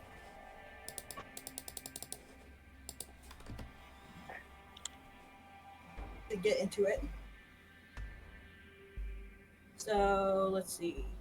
I gotta roll an attack roll, right?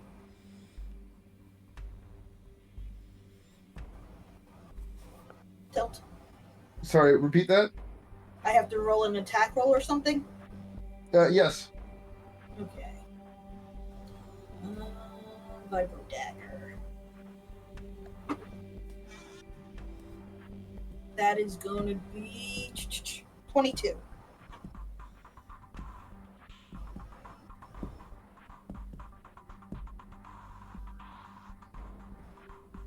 .22 will hit. And this is kinetic, so Yep.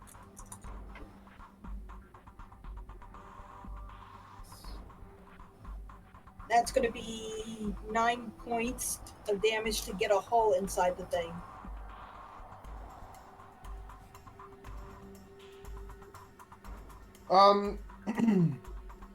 Yeah, you managed to create a little bit of a gap to some like electrical wires and whatnot.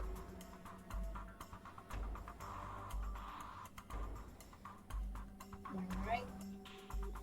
And I guess I can hack it on my next turn. Yep.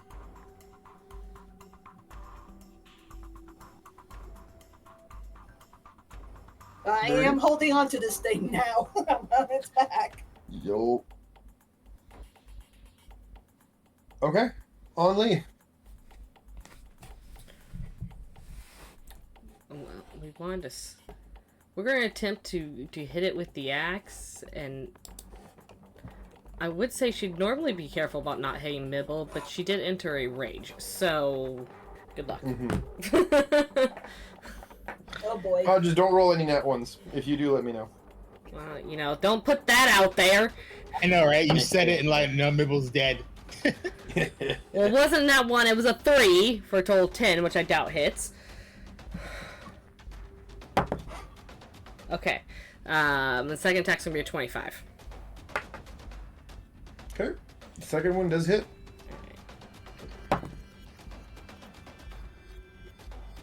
Six. It's gonna be 17 kinetic damage. Okay.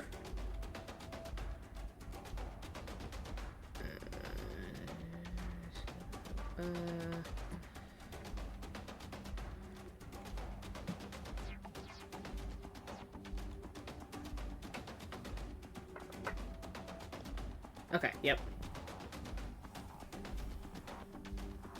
Actually, wait, you said the first one was a 10? Total of 10, yes. It hits. Oh, okay.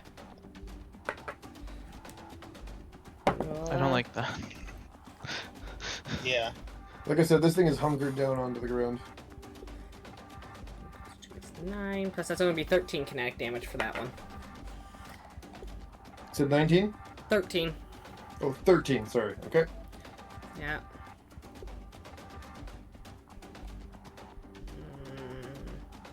Okay. Normally the hunkered down thing would make me wary, but, yeah, raging.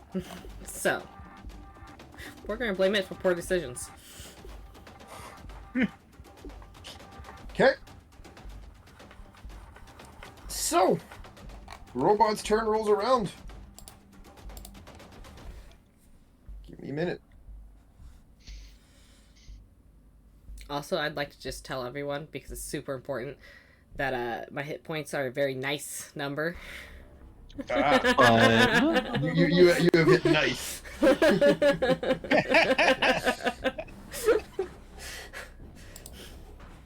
Okay.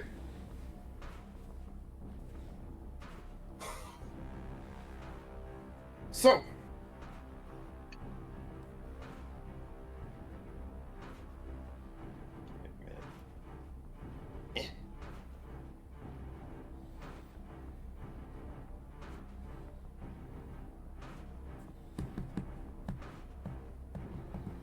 I need to get the thing. Give me 1 sec here.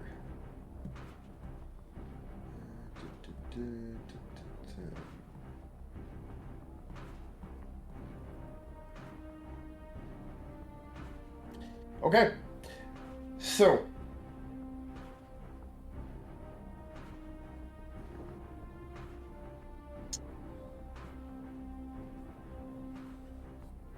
At that point,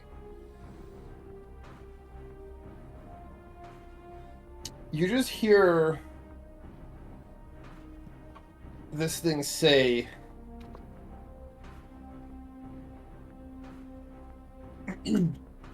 in like this garbled, electric, half binary, half galactic basic voice, something to the effects of kinetic dampers charged,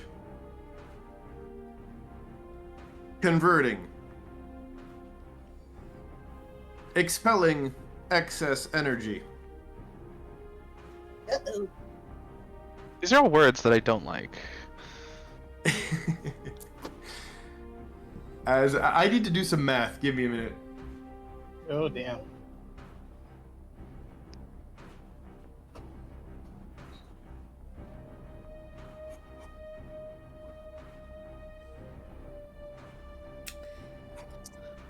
Okay, guys, It's not self-destructing, is it?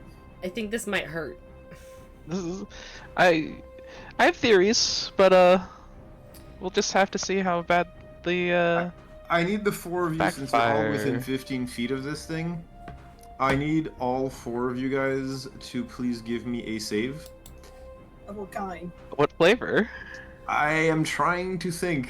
When something goes boom, it's usually, and you want to jump out of the way, it's usually Dex. So you know what? Give me the Dex saving throw, guys. Do we get the aura Oh. advantage?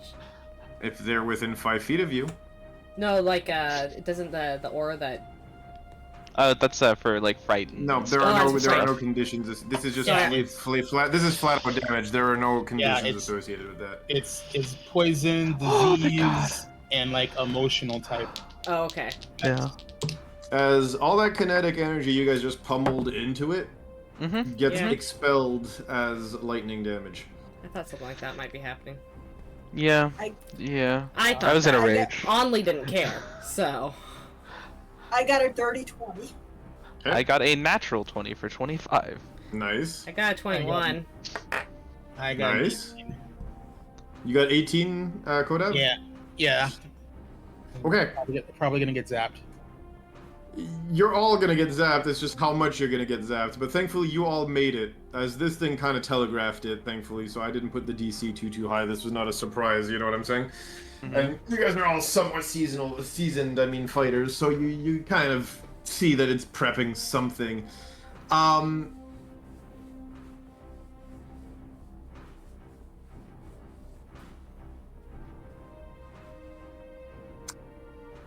So all of you will be taking half the damage you've dealt to it in the last round. Ow. I'm. How For much a did I grand- deal?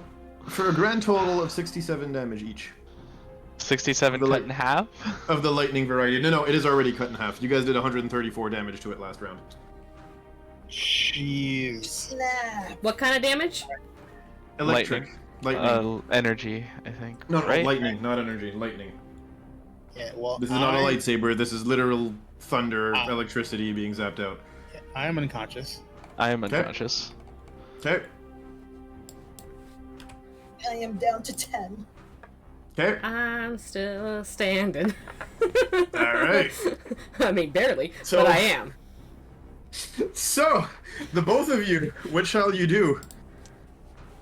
Yeah, Owie. Owie. What were we given? I do have Colto packs. Yeah. What's I a- will say this. If you guys look at this thing, it is smoking out of the joints in its armor, and yeah. I am still attempting to hack this right now. Okay. So, tech roll? Yup. That is 27. Okay. You jack in to hack this thing, and I need you to roll me a Constitution saving throw, please.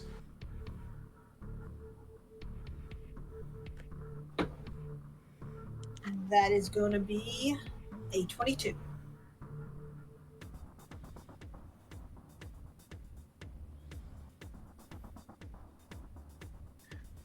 You touch this thing with a metal, blade into its internals, and then, try to plug something into live wires. Never really a good idea, as you will be taking a grand total here, halved, thankfully, because of your Constitution saving throw. A grand total of 6 damage, and you get zapped off of this thing.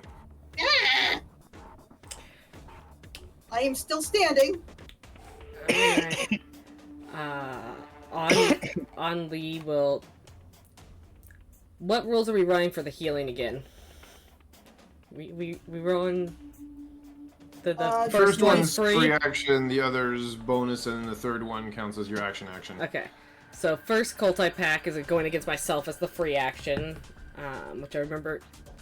Basic ones are basically like a basic health potion, right? So 2d4 plus 2. Mm-hmm. Okay. So that's going to be. Culti Pack are the hit die plus con. Oh, is it hit die plus con? Is that what we're doing? Oh, sorry. I can't recall these things. Yeah, I have it written down, so. Hit die plus con. So that's going to be... Oh, that's not bad. It's a 6 on the hit die plus con. Where's my con? So 9. I'm going to take 9 points from that. Okay. As my action, I'm going to... I'll shimmy over a step. I'm going to smack down another Colto Pack on top of Orta. As you try to move up, Yeah? I need you to give me a strength check, please. Okay. Just a check? Yeah, because this is going to be a contest. Yeah. The check is at advantage because of the rage. So that's going to be, let's see, 17 plus 3, dirty 20. As you try to move up towards Orta, this thing extends one of its arms with a giant claw, as it will be using its legendary action here to grapple.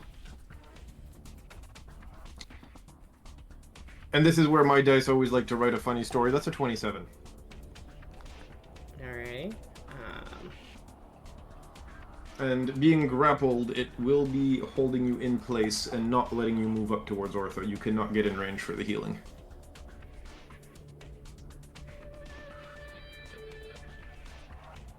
However, you still have an attack and a bonus action. Yep. So we're just going to then bring the axe down on whatever Yeah, arm because when it extended grabs towards you- me. Yeah, because when it grabs you, one last little detail, it does say self-destruct sequence initiated. Oh Okay. no! So these are going to be reckless as well then. Okay. Because Barbarian does not... Oh, and that's going to be a 19 on the die, which crits for me. Yep, with that weapon. Mm-hmm. I do believe last turn counts as doing damage against me from it. Mhm. So we're going to do all the nasty shit. Mm-hmm. So that's going to be... It's going to take me a minute to add this back up again. We're just going to pull out a calculator to make this easy on myself. Also, Orta and Kodav, if you can send me your death saving throw, by the way. My aura affects death saves, correct? Am I remembering Is your that aura right? still turned on once you're fainted? Let me double check. I don't remember these things. It's been a while.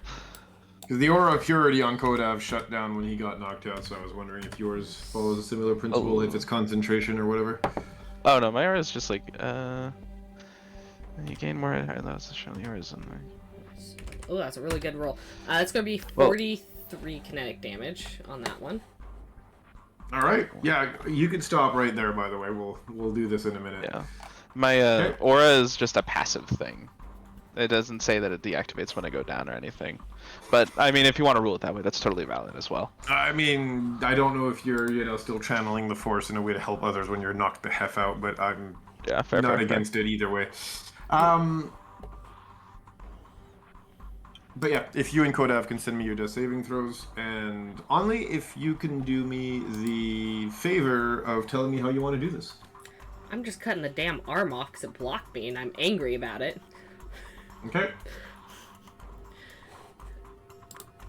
So, yeah, she's just going to slice the arm completely off with the blade. And probably just because she is in a rage and she was attacking recklessly, it probably bit a little bit into the body as she did that. Yeah, and I mean, you must have hit something or another sensitive as you cut that deeply into this thing, as you hear some clicking and whirring and weird internal noises of an unhappy machine as it slumps forward. Smoke and, again, the smell of fried electronics just oozing out from under what's left of its definitely beat down, caved in, and now cut through armor. She does not even pay attention as she finishes moving through to smack that Cultopack down on top of Orta. Does not care.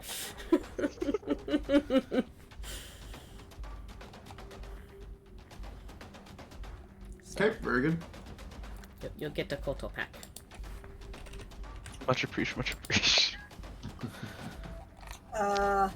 Nibble uses slow release med pack, and this does last for like a duration of a minute, so he's gonna do a couple of heals Okay. with that on himself and Kodev and just basically everybody. Okay. So that's You want to tell everybody how much healing they get? Yep. First I'm doing myself. That's gonna be.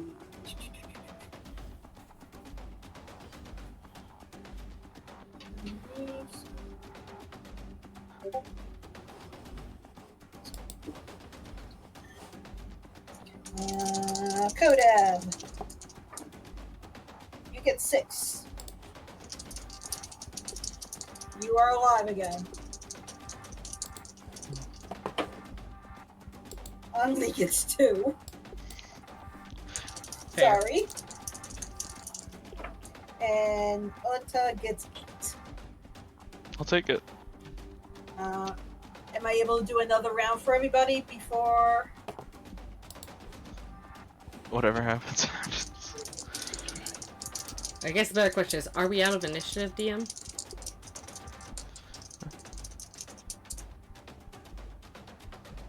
Did DM's internet die? Oh no. No, I was just muted. I was saying, yeah, you guys are out of the old initiative at this point since everybody's been stabilized. You're good. Okay. Okay, I'll just do one more round for everybody. Myself first.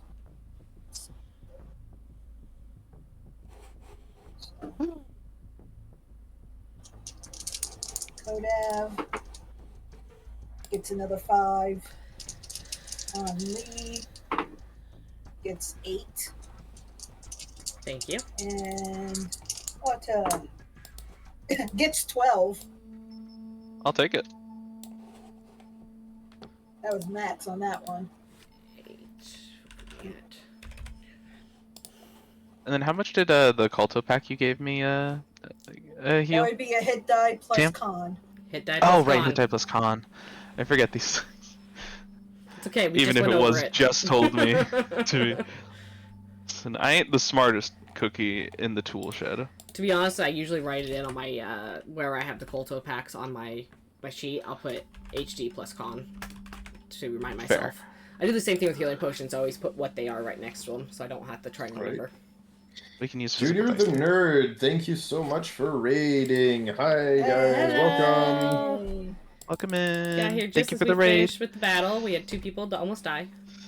Partially die. The usual. Yeah. They were Of twitching on the course. ground, okay? True. We did a good job of punching the robot. Exactly. Okay. So, that being said, this thing goes down. And you guys are now left with Only's mother freed from her containment cell as she shakes herself from the stunned effect of the electric shock she took earlier. She looks at all of you and the destroyed robot, tilts her head to the side and says, huh, well that's impressive.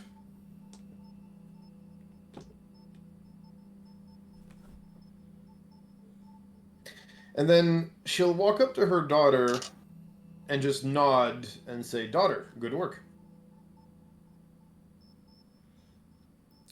There's the moment of awkward silence before it's a thanks. She nods again. At this point, she looks at all of you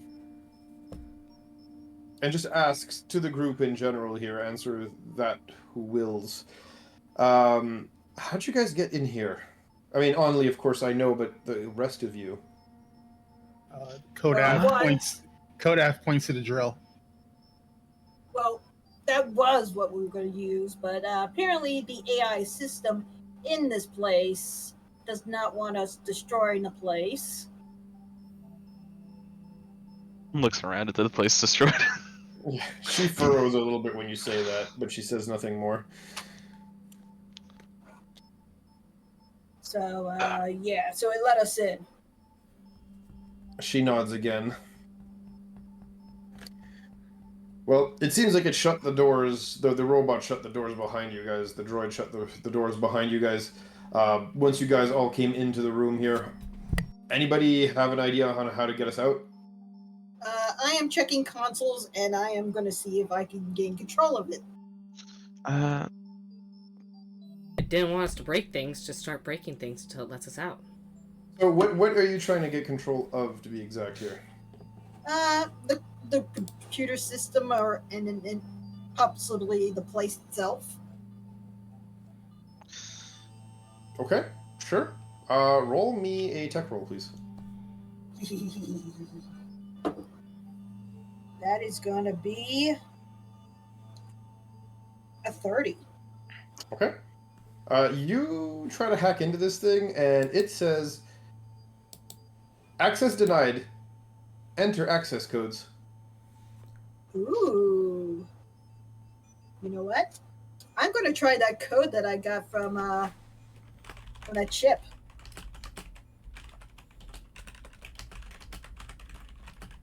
From a chip. The chip that we had from the other place. The one that caused us all this heartburn because we scrambled it before we gave it back. You mean the data pad? Yes. Okay, got you. Yeah, sure. Go for it. You enter in those codes, and you just hear a distant hum. As all the lights in the room turn on, all the consoles seem to activate, and you just hear a voice that says, "Welcome. Enter owner registry."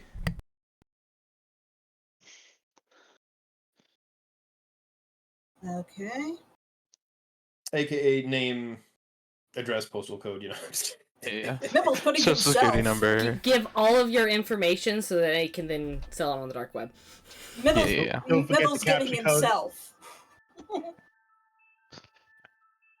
You whilst- just hear, "Thank you. All your financial assets have been seized. What? This was a joke. Welcome home, owner." So this is my place now? This is correct. All right. So let's start with some of the easier stuff. What is this? You see a hologram appear in front of you, which is clearly a map of the place. Mhm. And I'm going to do this. I'm going to ask that you guys zoom out to about 30% of the map, if you don't mind. That should take us back to the map screen then. If you so wish for the viewers, that would be nice. I'm zooming out all the way. No one can stop me.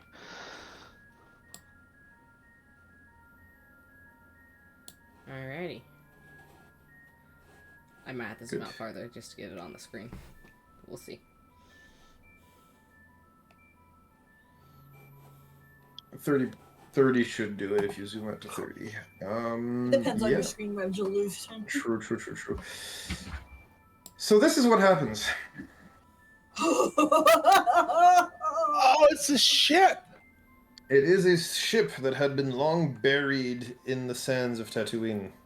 Nice. An ancient vessel of some sort. Fuck you, hut bastard. And seeing the Same sheer size of this thing and how it's bristling with guns and whatnot and has been slaved some form of intelligence, artificial intelligence here, you understand that this ship can be piloted with a very much practically non-existent crew, really. And it does tell you why something like a paranoid Hutt crime lord would definitely want to get their hands on a ship like this. Yeah, yeah. We just have to make sure he doesn't. You should also probably remember where we got those codes from. Just saying. Mibble knows where he got those codes from. Out of character. Shoot. Yeah, so you remember that ship I corrupted for the Hutt? Yeah. Yeah, that's where I got those codes. All right. The anger makes sense. Now the thing is, we still have to go back to that junkyard and do that stupid pod race or whatever BS. We can't just leave this like here like this. I mean, it's Right. been here for hundreds of... God knows how long to be buried like this. Yeah, but the thing is, that hut probably knows where it is.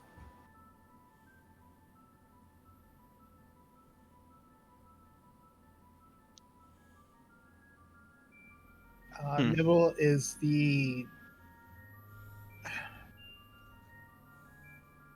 Does the ship have some sort of means to prevent the Hutt or whoever he's working with from scanning this ship if it were to leave the atmosphere? Checks console. Or maybe... Please specify your query. Codev? Do you have a cloak?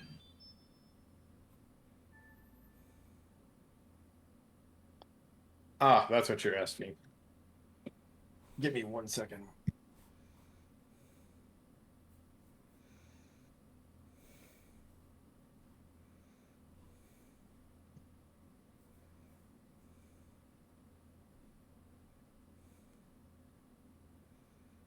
So you ask it if it has some form of stealth tech, and you are lucky because my dice said yes. It responds by simply saying, "This ship comes fully equipped with a fully functional cloaking device." Well, we got to get those two bomb things off their necks. Yeah, So, meaning we gotta go make their pod racers or whatever. yeah, whatever. Which means And they're this not going thing to is take probably- these things off. Well, not only get these things off, but make the pod racers for their little event in 2 days. Right. Like, are there any rations or anything on this thing? Probably not. When you ask if there's rations on the ship, the AI does chime in and say, "Unfortunately, our stores have either spoiled or been depleted."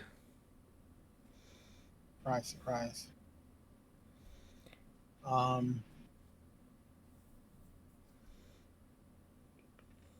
right. Nibble, so technically you're the captain. Yep. Can this thing contact you from orbit?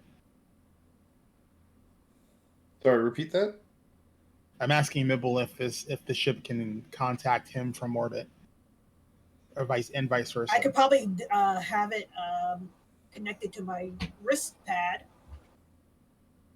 And then I think our best course of action is to have the ship cloak and wait for us in orbit, And then once we're done with the stupid pod race, just get the hell off this rock and just,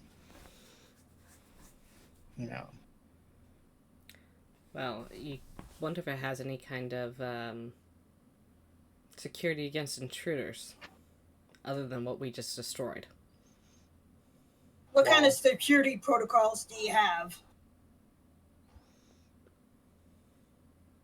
You see a long list of devices that start scrolling down where previously the blueprint of the ship was, but this thing has turrets, internal and external. It has,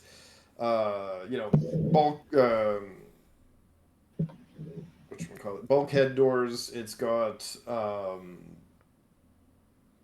even a few like trap systems if necessary and if activated, an internal alarm system, a full sensor suite. Okay, so this is what I'm gonna do. I'm gonna say, have these things prepared in case the hut comes aboard or tries to come aboard. Okay. How about anyone except us? Anyone who's not accompanied by Mibble, or possibly even have it notify you if someone tries to board the ship, and you can, if you can have a video feed of who is attempting, then you can either say, no, let's go ahead and go into attack mode. That way innocents don't get caught up. I like that. Yeah. Basically, I'm putting this thing on alert and only allowing us aboard right now. And anyone who's not us or accompanied by Mibble would... or allowed by me in my presence. Then it needs to contact you to request permission to either allow them on board or to attack. Yeah. Or initiate security protocols. So whatever you want to call it. It's with your... Yeah. Basically, I am not allowing that hut on the ship.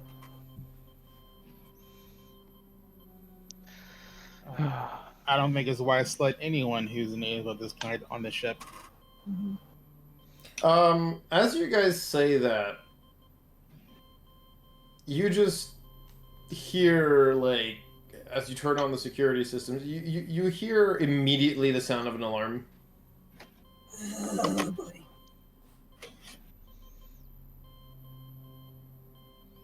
And the AI voice says, unidentified life form detected in the reactor room. You have... Visual? Hmm? Can I get a visual? You get a visual, well, you would get a visual, but whatever camera system is set up in there seems to be gunked up. You can't really see through it. I'll go check. I am also gonna hand over 2 Koto packs to Orta. My thanks. I have med packs or Koto packs, right? Because I was looking Koto at the packs, description. correct. It's the same thing. Okay. Yeah, this is older, so they're not back to packs, so they're Kolto packs if you want flavor, but at the end of the day, they're both med packs. It's just how I flavor them because of the actual era of Star Wars that you guys are in right now. Gotcha. So you said you got a bunch? Yes. I have like 10, so I'm taking like 2 because I'm hurt really bad. Yep. Fair. Okay. I will though cast. I will cast. What is it? Cult of Reserve, I think it is. Yeah, Cult of Reserve on Orta. Thank you. And anybody else who's gonna go, because I'm gonna monitor this ship for now.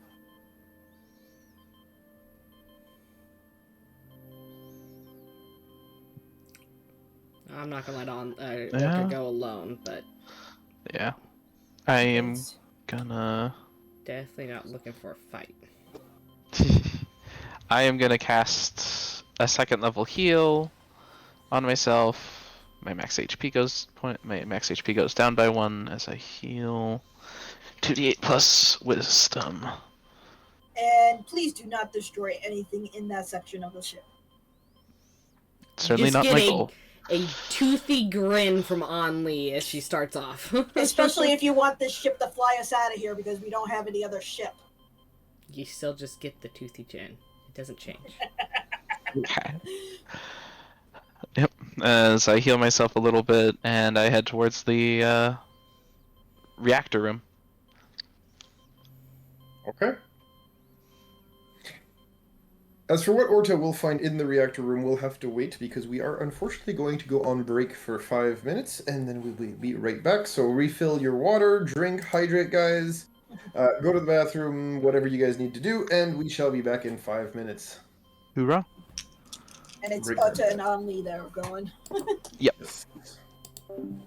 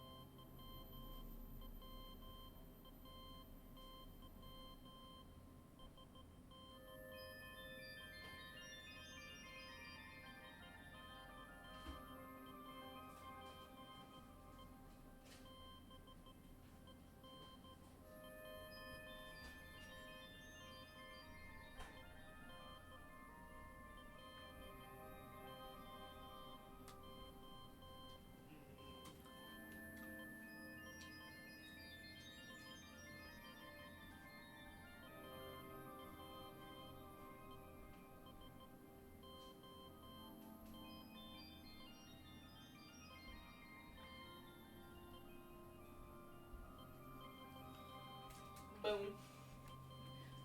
a good boy.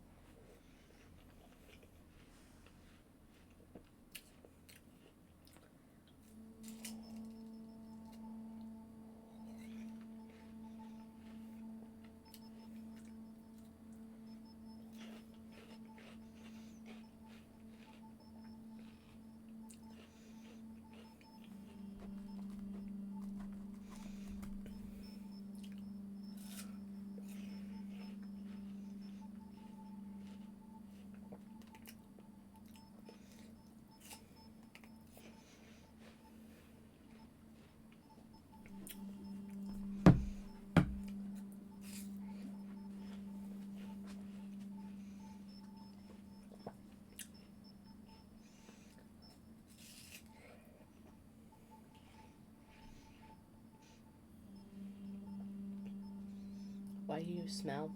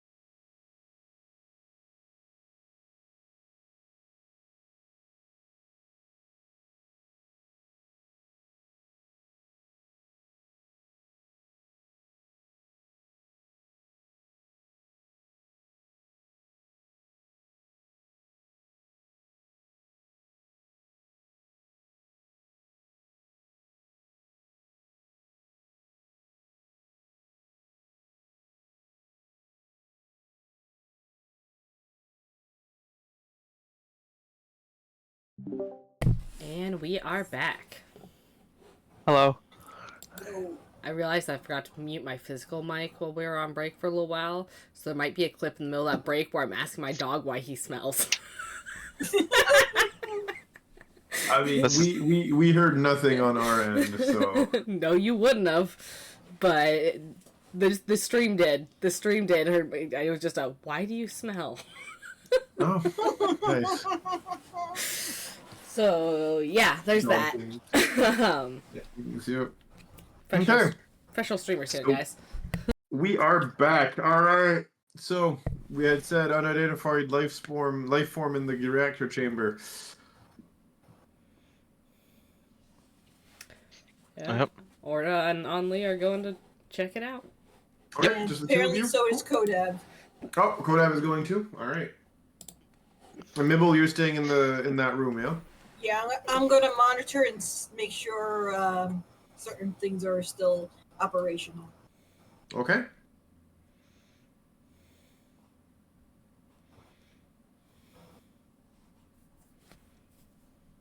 So,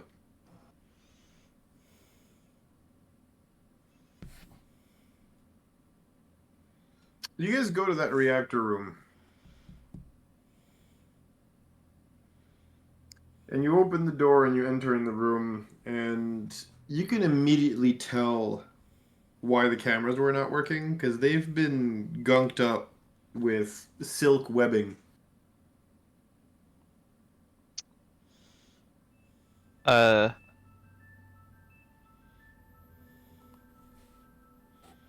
Orta is going to reach out with his telepathically and say, "Are we in here?"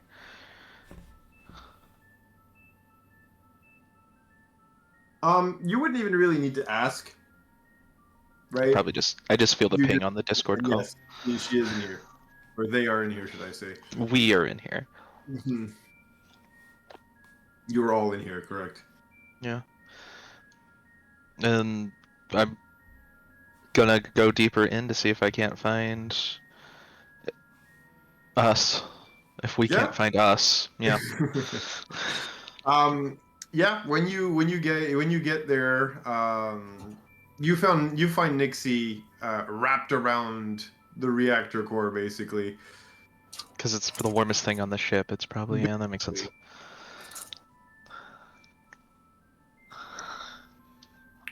Seems oddly familiar. And yeah, Yes. she basically goes, "We like this room." Quite toasty, I agree.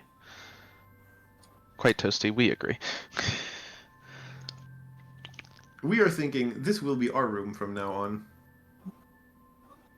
As long as we don't hinder the performance of the reactor, we should be fine. And again, when you say that, you can feel the mental equivalent of a nod, and she'll add, "We think this place is perfect."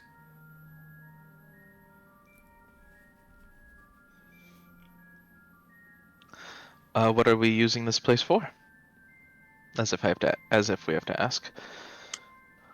And again, you instantly have the answer before you even really mentally ask the question here. As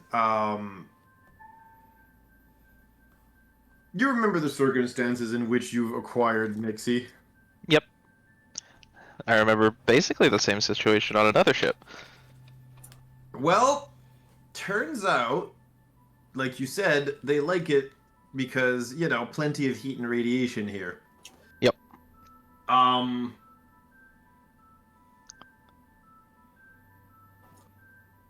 You remember why they were ejected, right? Into space?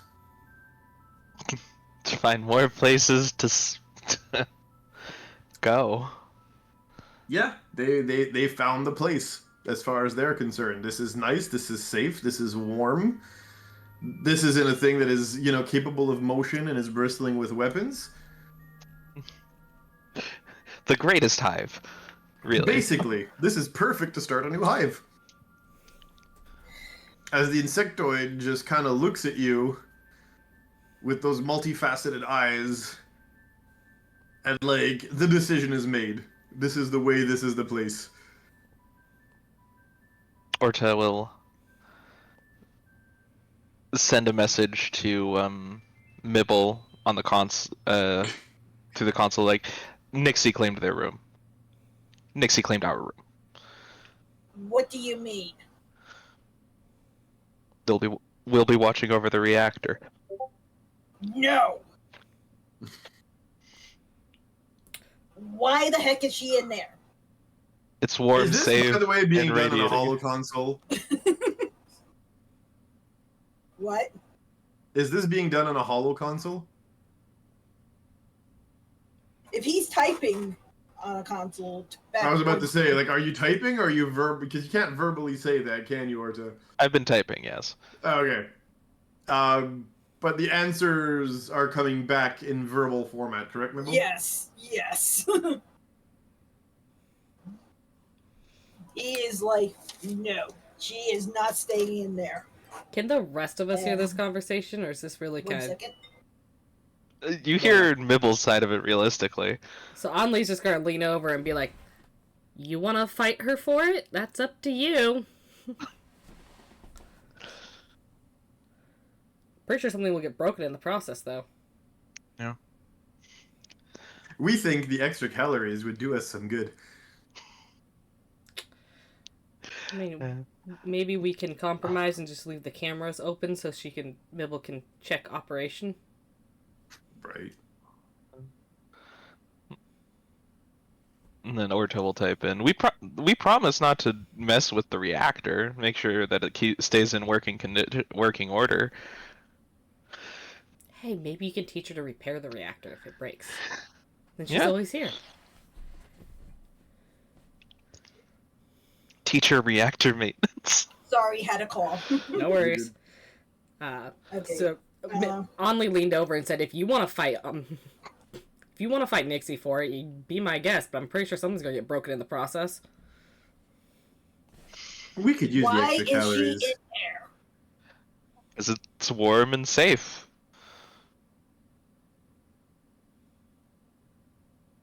That's the entire reason. Warm and safe. I will give her her own room. Fine.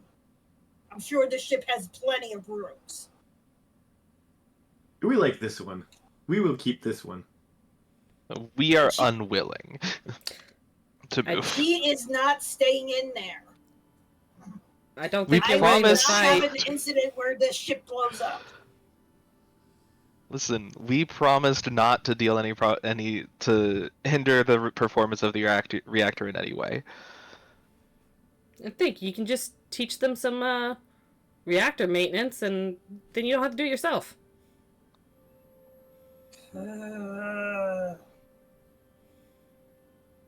Nibble is very, very concerned about this. We like the Kodev radiation here. Kodev We is will taking out introduce his genetic dad. diversity. Kodev types a message directly to Mibble and no one else on the ship. And like, Mibble, don't react to this, but just shut the power off to the reactor. Nibble just sort of rolls his eyes and then does just that.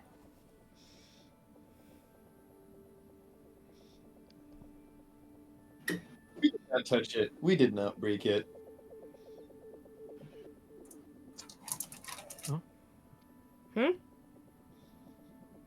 Is it noticeable to the rest of us when it gets shut off, or is it...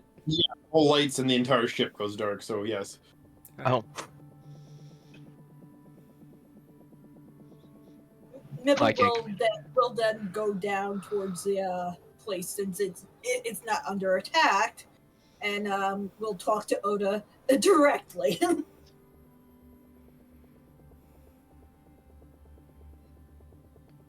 well, yeah, I'm there.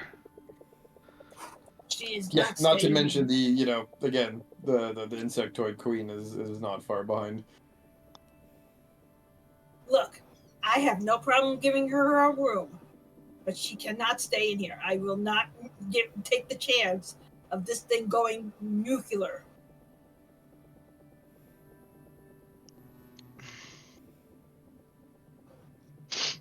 It's not a matter of having our own room. It is a matter of instinct taking place. What does And she this- need in order for her to leave this room? What kind of customization would I have to do for her own room in order for her to Match the heat and radiation of the reactor in another room. I call Which out basically to the, comes down to put another reactor in. In the ship. I reach out to the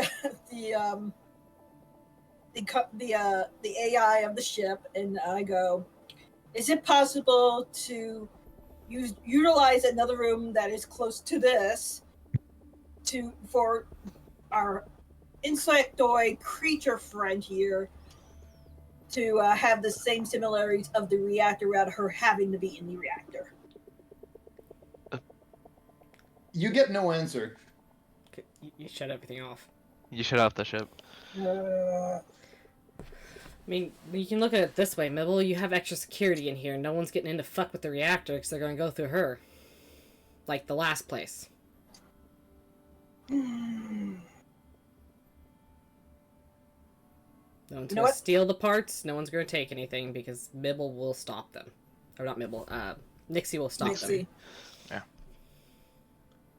As long as this thing stays intact, she does not overheat it. She does not cause anything to break in this area. Very well. We agree to that, yes? Question mark. We think the snack worries a lot, but we agree. Snack. We agree. Fine. But he does grumble on his way out. Understandable.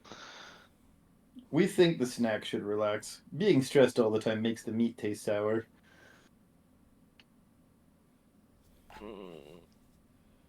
Luckily, Mibble does not hear that. No one hears that. No one hears that. Orla's the only one that ever hears Nixie and her inside Her thoughts. Right, he's the only one who drank the hive mind goop, right? So. Yep, I'm the only one who drank the Capri Sun. The Sunny D. The Sunny D. So yeah, I mean, you head back out, Mibble. Orta, what do you do at this point? Same with you, Onley. Only's heading out. She's no longer concerned. Does not care enough to stick around. Very good. Mibble will turn the ship back on.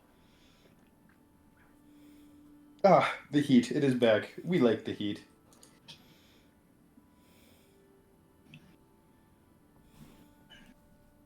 But yeah, like a moth to a reactor core, she starts coiling around it, really.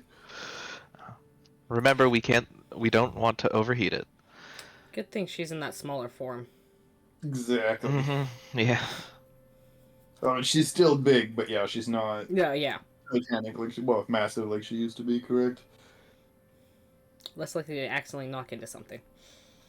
True. I'm gonna go at Mibble and ask Mibble if there's a med bay. Likely is, so I'll see the director and point him to it. Yep, there is a med bay. Cool. I'm hoping Question: there's what time of day is it now? Because we got to get back to that junkyard. Yeah, we're literally on the clock. Yeah, good news is, I mean, all of that, technically, that's the fun bit. Probably only took you guys maybe 5-6 hours total, since you left the junkyard, I mean.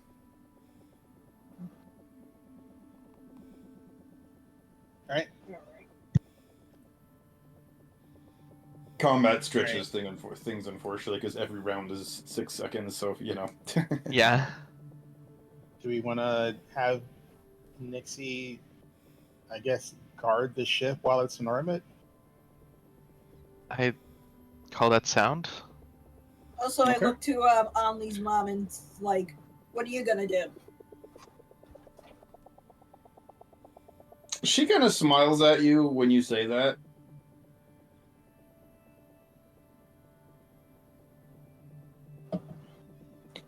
And gives that like half-hearted shrug almost before she says, "Go wherever the will of the Force takes me." And where is it taking you now? She looks at you.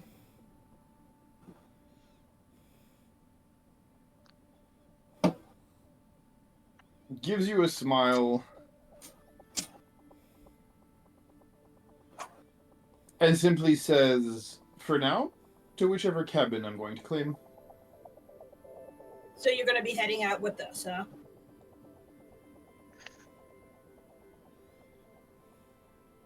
She shrugs and she says, "The way I see it, you guys are heading out with me." Yeah, okay, whatever. Kodav just rolls his eyes and he's like, in his mind, he's just thinking, Jedi's. Hey, Ali, your and mother's then coming with us. This is Ames. He further Great. thinks, and the console wonders why I don't want to join the order. Right.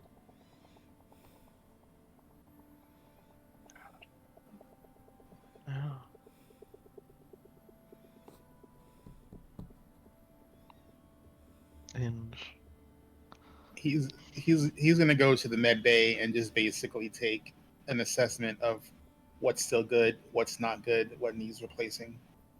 So the good news is most of the tools in the mid bay are all fully functional. The vats, everything. The one thing that is no longer good is whatever those healing vats were filled with as a product. This has literally been sitting there for years, but again, once you refill, the actual Kolto supply and whatnot, this place should be okay. All right. He's gonna flush the back the tanks or tank if there's only one. Kolto tanks, yep. Mm-hmm. Yeah, and then put it through, I guess, a cleaning cycle. Okay. Clean, deionize, antibacterial, all that good shit. Okay. And then prep it to. I'm presuming there's not enough fluid on the ship to refill the tanks. So correct. It would have gone bad as well. Yeah. All right. So that's he's on his data pad and he's like looking. He's like he's got to find back the fluid. It's like good luck with that. Because in his brain he's like, the hut probably has it, and I don't want to deal with that fucker. Basically. Understandable. Have a nice day. Yeah. All right, so what I'm gonna do is leave Kodev to take care of any supplying that the ship may need. Since he's already doing that for the medical bay, might as well see if maybe he can strike a deal with his pal at the cantina and see about food. Okay. Meanwhile, I think me and Ota need to go back to the junkyard to go take care of that pod racing thing. Correct. Though, before we head out, Orta would probably stop into the reactor room as a wish passes through his mind. Okay. So you're gonna spend one of your 2 wishes from the datapad pool that you made for your birthday? Yeah. Okay. I'll DM you the wish. No, verbalize it. We're on stream. Let's go. Okay, yeah. Read it. Read, boy. Read. Let's see it. Don't stress out too much. Only every word you're saying is going to be used against you. Listen, you're absolutely right. That's beside Don't the point. stress the man out more than you have to. Oh, where's the fun in that? I worked very hard on the wording, so hopefully it works out fine. But who knows? That's the fun of Wish. Okay.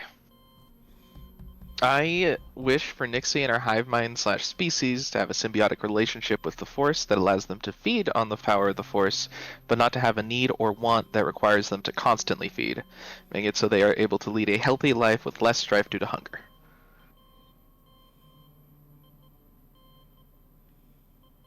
Okay.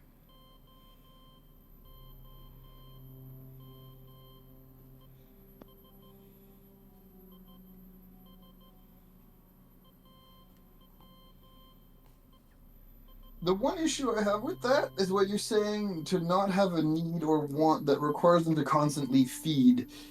These are living creatures. You cannot say this living creature will never need to eat ever again. That kind of defies the laws of physics here. Well, like, I mean it more as in Excessive. it's not an excessive hunger. Power to feed on the power of the Force, but not to have an excessive need or want to feed.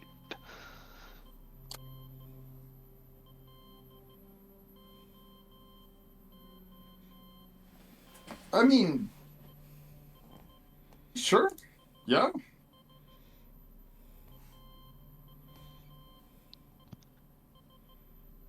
Understandable. Poorly or not poorly? Probably poorly. Let's see. Is this your final goal? Wow, he's being nice and asking. Yeah. That terrifies me. Like, I can see where the issue can come in. What is the issue? Well, being able to feed on the power of the Force can lead to an inherent issue there, because how are they feeding? And what could be the source of the Force? Because, I mean, everything has the Force.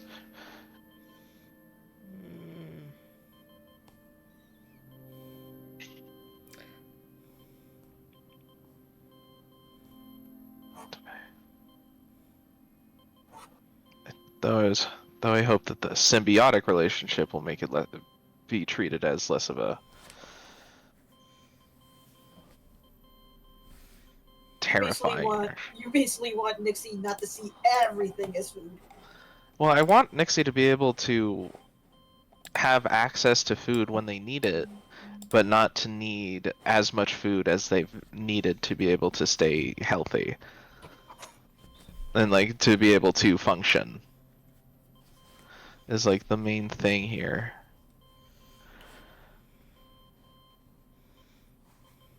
Because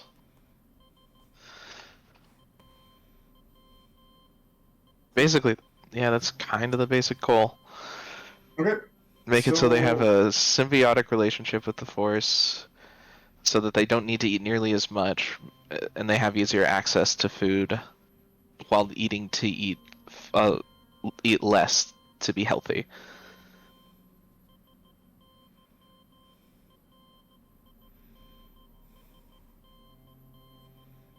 Okay. Is that your final wording?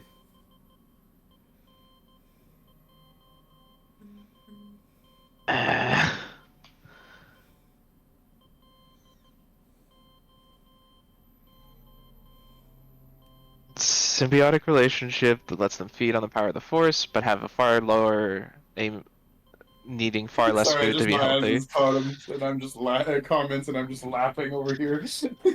Listen, I get it.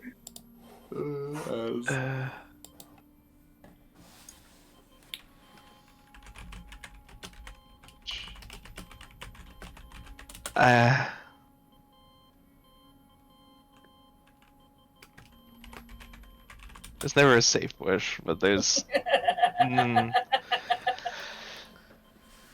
like, I can't think of. Thing is, it's kind of just Orta being selfish. He's been given a wish and he wants to help Nixie. Do what you want with it. We're not telling you what to do. I know. Yeah, Trust me, I know. A-okay. Trust me, I know.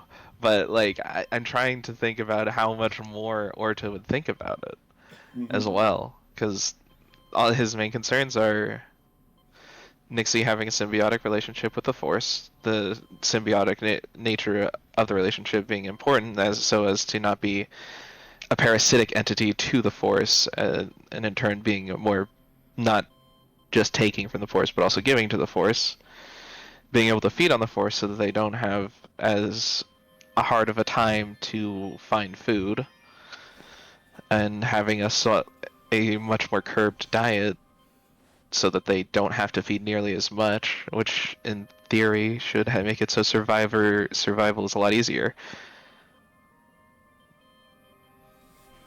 Is this your final word? Is this your final wording? In the wise words of everything, fuck around and find out. So is that a yes? I feel like I laid out everything that I can think to care about, so yes. Okay.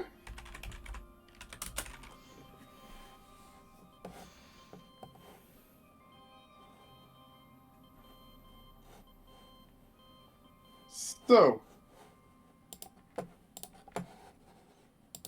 although I became a Sith by accident, as please, you knew exactly what you were doing. All right, so by accident.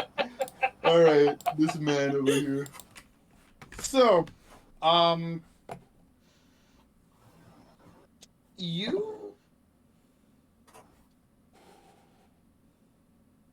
do that with, with that wish, and it's basically one of those rare, enlightenment moments where, you were looking at Nixie and this thought came through your head, and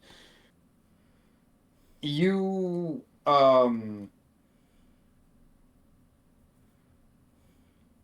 realized that, for once it seemed like the Force was listening to you rather than you listening to the will of the Force.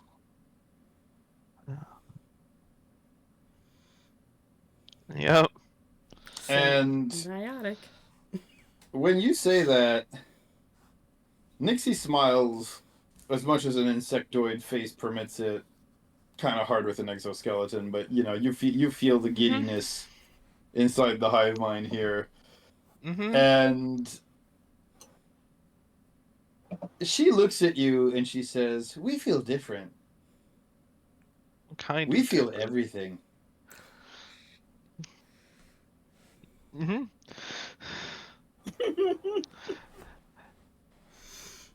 Out of character, I'm worried. Orda is hopeful.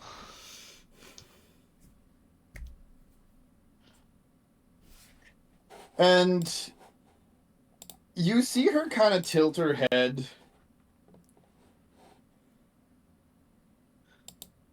And she kind of like goes really still for maybe 3-4 seconds. And you just hear in the hive mind, "That was tasty."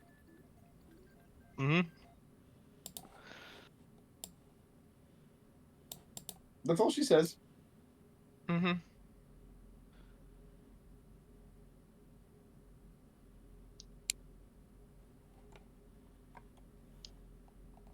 What do I feel as she says that was tasty? She just ate something In the Force. Well, hopefully the symbiotic relationship part shines through. Not much I can worry about now. I mean, life and death are symbiotic to one another, but yes. They both keep balance. Too much life, too much death, no good. Things must be, what's the word? Perfectly balanced as all things should be?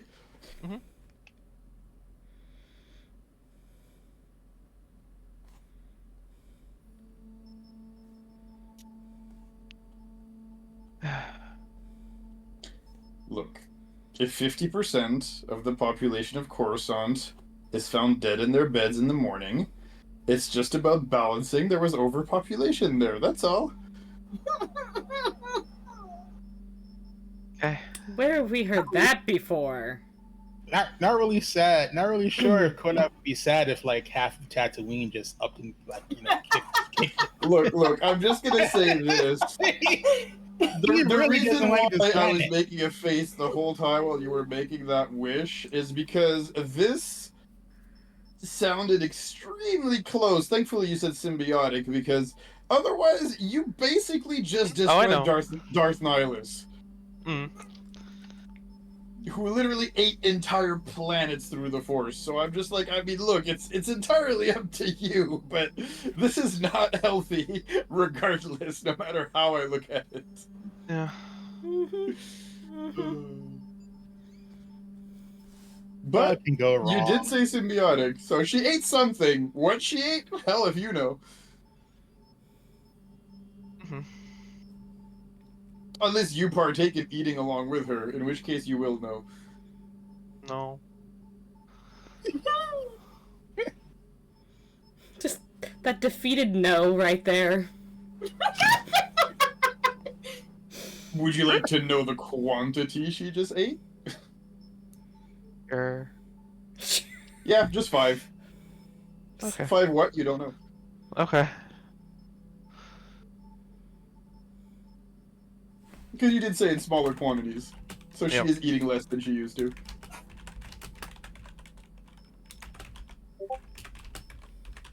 Hopefully it's Jawa. Mibble will second Mix of that. Jawa and Sand people, come on, bro. Why you gotta do them like that? Mibble will second the Dude, job. I made it perfectly clear that Kodav despises this planet. Right. Like, Kodav is like, this is the ass end of the universe, and I hate it here. Yeah, so leaving on Lee, her mother, and Yep. Nixie here, Mm-hmm. unless An Lee's mother needs to pick up anything before staying on the ship. I think me and Orta need to go back to the junkyard. Yep. Yep. are we sending the ship into orbit or leaving it here on lockdown? Leaving it here on lockdown. Kodev and An Lee's mother are allowed to go and come and go because Kodev's going to be getting supplies or whatever, I guess. And An Lee's mother, if she has anything she needs to pick up before we leave planet or anything, she might as well get it. Kodav turns to her and asks her, "You've lived on this rock for a while. Do you know any good suppliers?"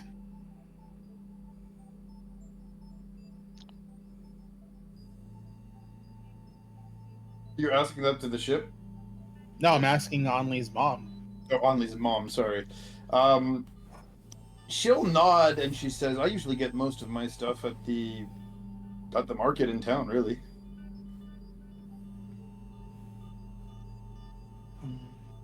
Not to mention that Kodev is friends with the guy at the cantina.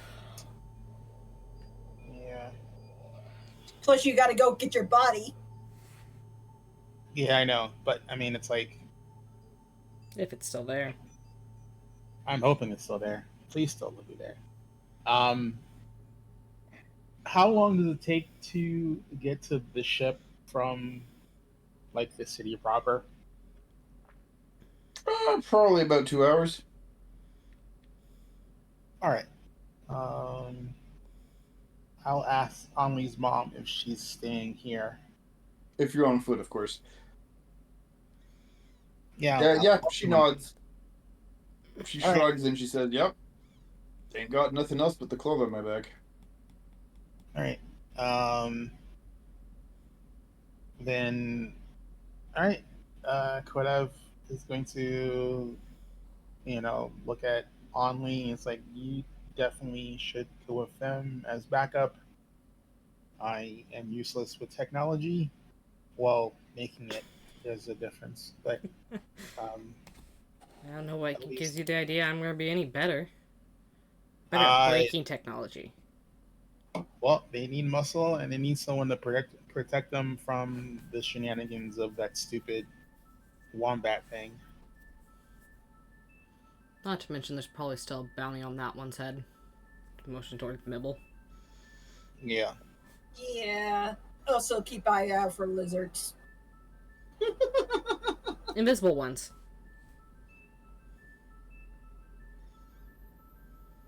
All right. Well, I'm gonna start huffing it. Okay.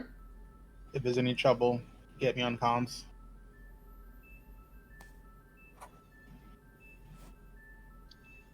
Very good.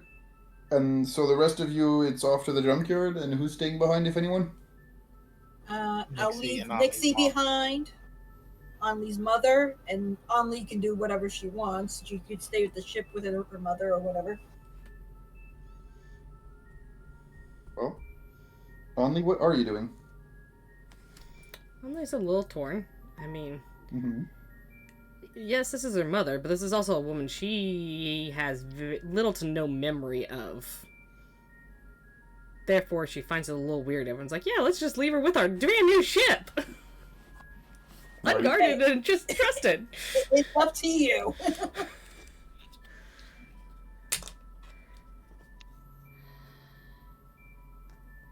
Okay.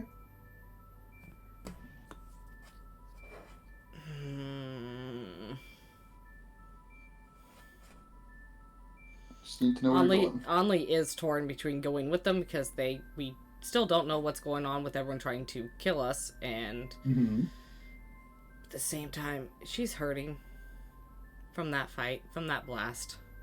Oh, if you're still in pain, I can heal you. I'm good. I'll pass.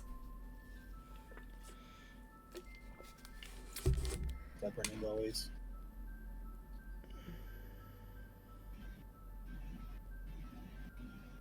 Sure, we'll go with that. There was a long pause where she just kind of stared at you for a while. Before she says, whatever.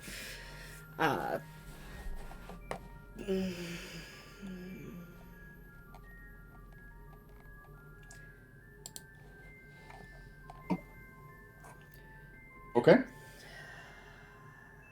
I'm more flip a coin. You what? More flip a coin. Okay. That works too.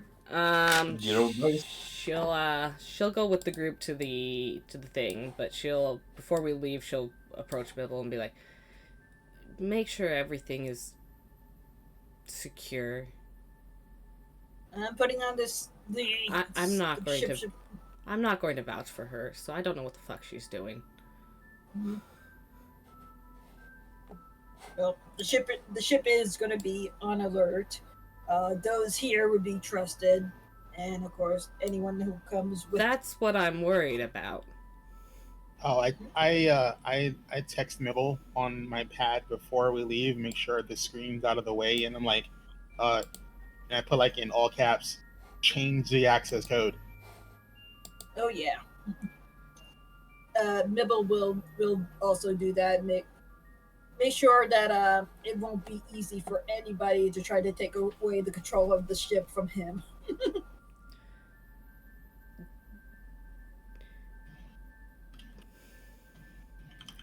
I'm not saying lock her in a room, let her have free access in the ship, but maybe, make sure she can't mess with any of the consoles or fly off with it while we're gone.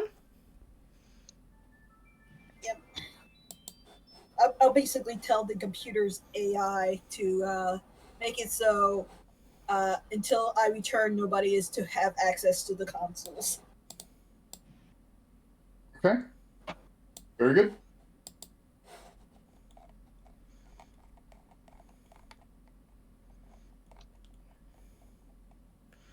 Let's make this fast. I would like to get some sleep. Yeah, same with us.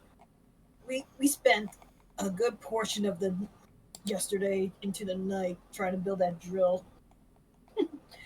But it turns out we didn't even need it because... I mean, you still did use it to get through the outer bulkhead, remember? We didn't use it at all, I don't think. Because... For the first door, or did it open when you came to the first door? The first door, we were about to use it, but then the AI says... it was like, oh shit, they got a drill.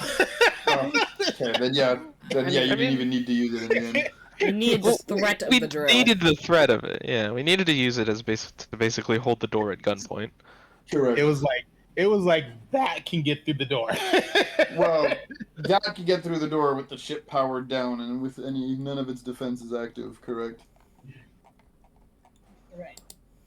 So, ship is on alert. Anyone that isn't coming with us, that doesn't come in with us, is not allowed on the ship. Those aboard the ship already are allowed to act as our guests or members. So. Very good. Making sure. And I also have the AI keeping an eye on Nixie in the what's it called? I look at Orta and I like basically send him a message and make sure you leave enough rations for Nixie. Will do.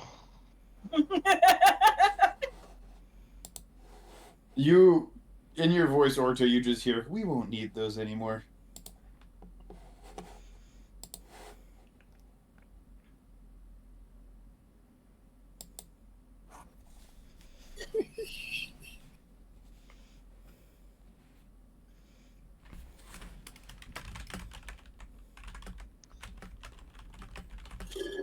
Let's get moving. What's up? Okay, Orta was making a face. I was just, I was like, is there gonna be a reply? Is he gonna say anything? No. I think Just he's listening. having regrets. That's all. Just, Yeah. tons of What inner regrets? turmoil. I'm quite tired. Yeah, well, Regrets. it is late. We're gonna be ending shortly, regardless. We're almost up on time. So, Yeah. just to be clear, Orta, you're going back with Mibble to the junkyard. I have a bomb collar, so yes. Correct. Um, Kodav, you're going downtown to see if you can procure the right supplies to bring the ship's medbay up to snuff, correct? Med bay and any other supplies Nibble can let me know that we need. All of them. food for the most part. I know the race is in 2 days, so I don't want to just basically just try and lug a cargo cart to the ship because it's Tatooine. Fuck this planet. I'm not getting mugged. So it's like, So you basically got 2 days or so. yeah, I'm making arrangements so when the entire crew's together, we can just BTFO and get the fuck off this rock. Mm-hmm.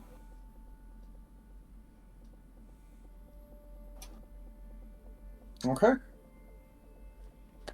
Excellent. And then That just on Lee. leaves on Lee. Yeah, like I said, I'm going with the two, going to go do whatever the hell they need to do in the junkyard, but she's not happy about it. You hear grumbles. She wants to sleep. Right, everybody, I think, right She now. does not feel good. Why the fuck Yeah, are we for doing sure. this?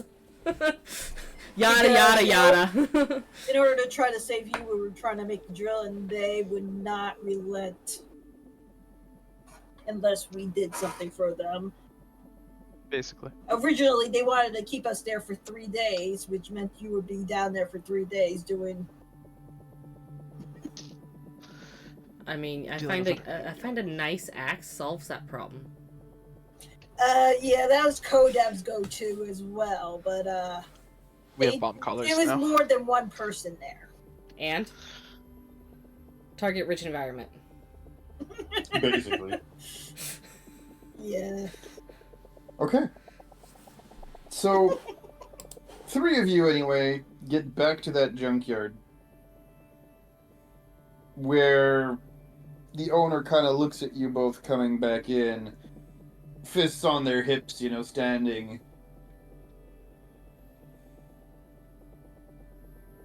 And,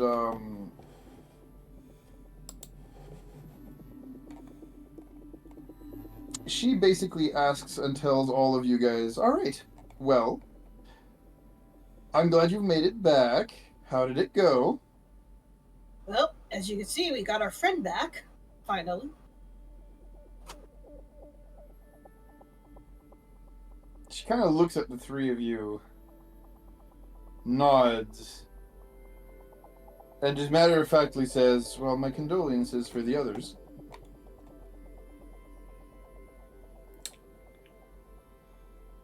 Yeah, whatever. So, is there any particular way you want this thing to be made? What do I have to work off of? Honestly, it's as you wish. Just make sure it's fast, and I'll give you a couple of pointers on extra things that need to be added on if you want to have a competitive chance.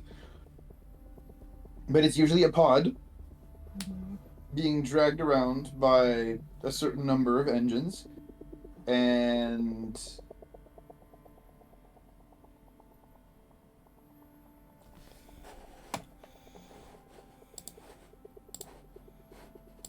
you need a set of controls, you need a power supply for it, and you need... Here, I have it here.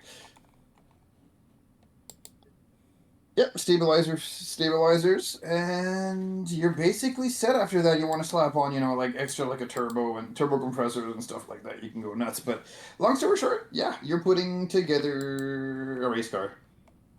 Or in this case, a pod racer. Alright. There you go. Mibble gets to work. He starts pulling out stuff that he's gonna need for this. Okay. I take it I'm making a couple tech rolls. To actually put it together is something that we're gonna probably do maybe more next session, actually, Mabel, Alright. if that's okay with you. Fine. Just because there's a little bit of a process there and a few choices and decisions you're gonna need to make, which will have an impact on the race. So this is why I'm kind of a little bit on the fence about doing that right now, because that process alone will take over 10 minutes, and I'd rather rotate through everybody once or twice and then maybe end the stream there for tonight. But we're just gonna say that you start looking around, you start picking up certain pieces. He's pulling out parts that he's going to be needing for this thing. Correct. Orta, what are you doing right now? I'm helping build the ship. I'm helping build the pod racer. I have a bomb collar on my neck. Well, Okay. So you're just gonna be You're just gonna be an assistant. You're gonna be helping there. Yeah, I promised that I would do this, and I'm of my word. Okay, excellent. And last but not least here,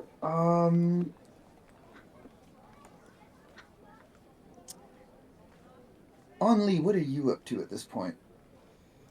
Only came to be bodyguard, so Only will be bodyguard, but she will be continuing to scan things, especially with the sniper issues we had, so she's paying extra attention to anywhere a sniper could set up, and since she has that instinct that lets her see up to a mile away as if it was like right in front of her, she'll be using that to make sure to scan anywhere a sniper could set up, or Okay, very good. keep an eye out for any kind of paying attention to Excellent. trigger sense, anything that might be sneaking up on us, yada yada. Of course. And last but not least, Azrin, Yes. you're going to the market, you said, to procure supplies, right? I'm going to the cantina first to talk to my bartender friend Okay. and make sure the Sith body is still intact. And when you get to the cantina, I mean, you see it's open. There are clients in. And your Gotal friend here is indeed serving drinks. And when he sees you come in, he nods. I sit down and I ask for a drink, and I ask him if my package is still on ice.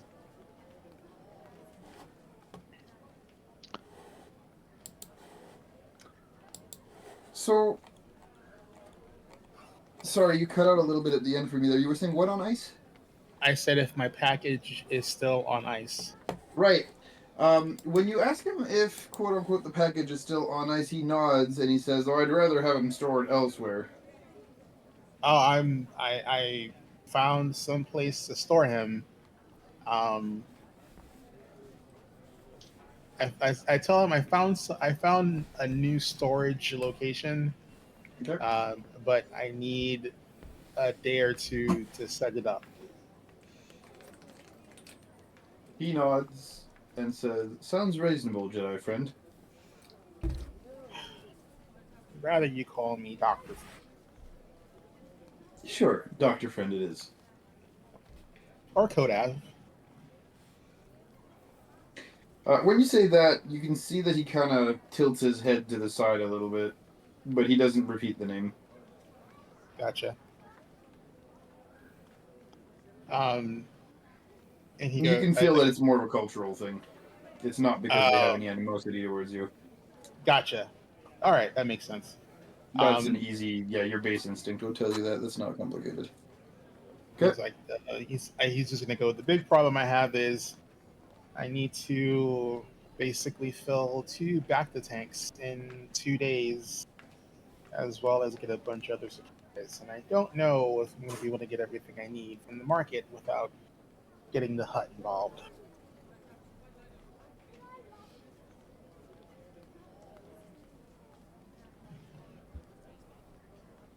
Okay. And I'm just like, sipping at whatever drink he brings me. Mm-hmm. He'll look at you for a while and he'll say, "Well, I'll see what I can do, but after what happened the last time the Huts got involved with the cantina, I'm not super duper hot about." Oh, you don't have to tell me. I want nothing to do with any hut ever. He kind of smiles at you and he just adds, "Does anyone ever?" It's like, yeah, and he just he lifts his shot glass up and he takes a sip. Basically, like, I'll drink to that. Right. Um, Yeah, no, he'll definitely take a second glass out from behind the counter, put a very small amount of some form of alcohol in there or another, and he'll take a quick little sip, kind of lift the glass almost as a salute himself, and uh, then just kind of resume taking care of the other patrons, fully expecting you to bother him if you need anything extra. yeah, I'm gonna stay for like maybe like a half hour, just Hmm. because even with someone who's force sensitive, walking 2 hours through the desert of Tatooine is some bullshit. So I'm gonna like basically just chill, eat some bar peanuts or pretzels or Hmm.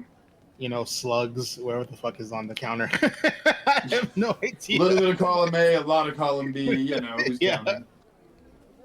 and then I'm gonna head to the market and basically, just start looking for basic supplies and hope I can basically find someone who looks like they may be selling like Bacta juice, Kota.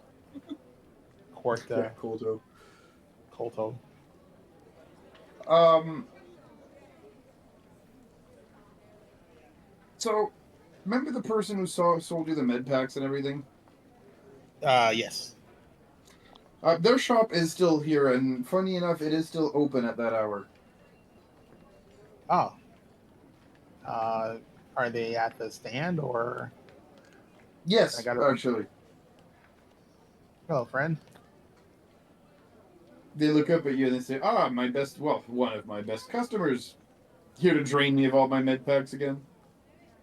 No, um, here to drain you of something else. Actually, if you haven't, Oh Oh, my. um, I have come into possession of two Colto tanks, and they need refilling.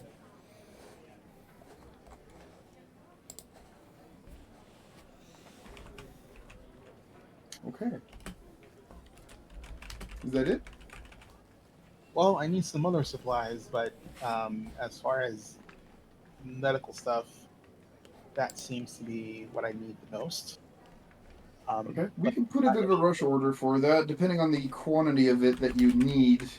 It might take us a little while, but I'm sure we can figure something out. well, I don't need it immediately, but I definitely need at least one tank's worth. At least within the next 2 days, if possible.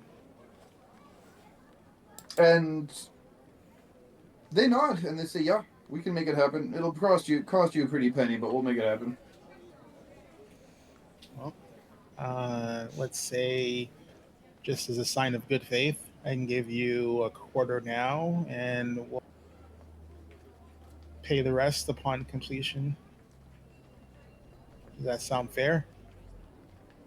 He nods and he says, "Yeah, absolutely. Let me know if the amount order changes for whatever reason, but otherwise you shouldn't have any issues." Yeah, like you say, he says he needs at least one, but if he can get two, that would be preferable. But he doesn't. It's Tatooine. He doesn't know how how Yeah, easily right, that would be attained. right. So yeah, if he tells me what the total price is, I'll give him a quarter. Okay, very good. I'll let you know for the full amount once I've tallied everything up, including everything else that you want to buy later on in your shopping spree.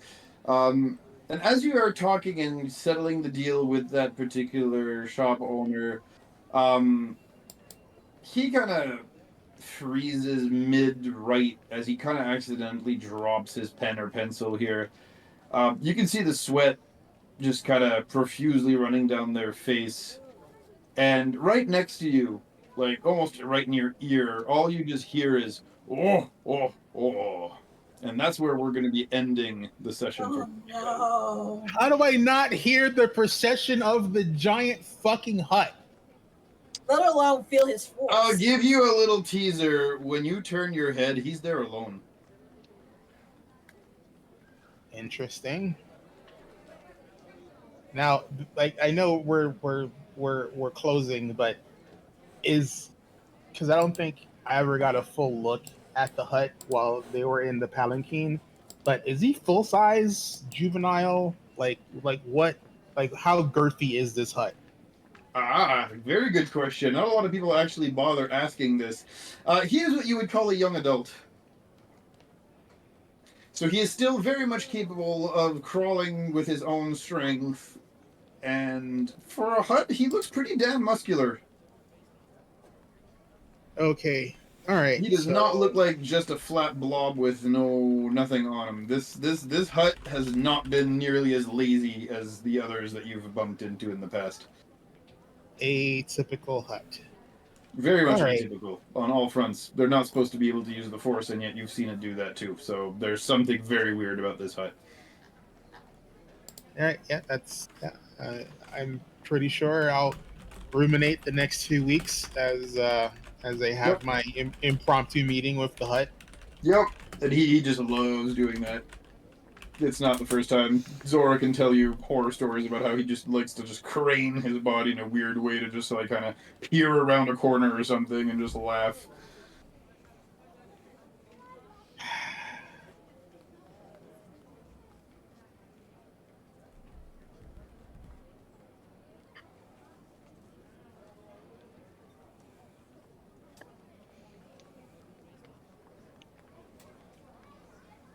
Which, by the way, for the record, as much as they are indeed rare,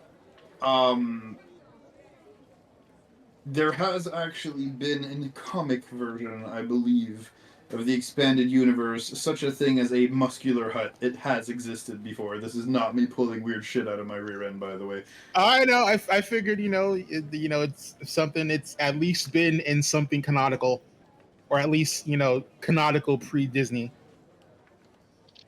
Correct. It is just expanded universe stuff. But yep, 100%.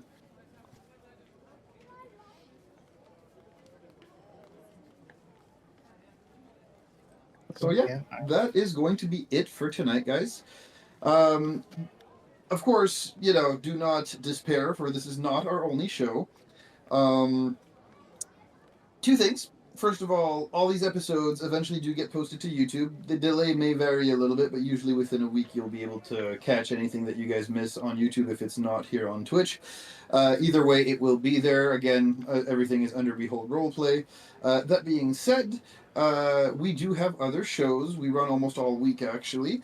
On Mondays, you will have Destiny Forged. Actually, that'll be running every Monday. Then you have us with Star Wars Tales of the Outer Rim, which will be running usually every 2 weeks. So we will not be there next week, but the week after.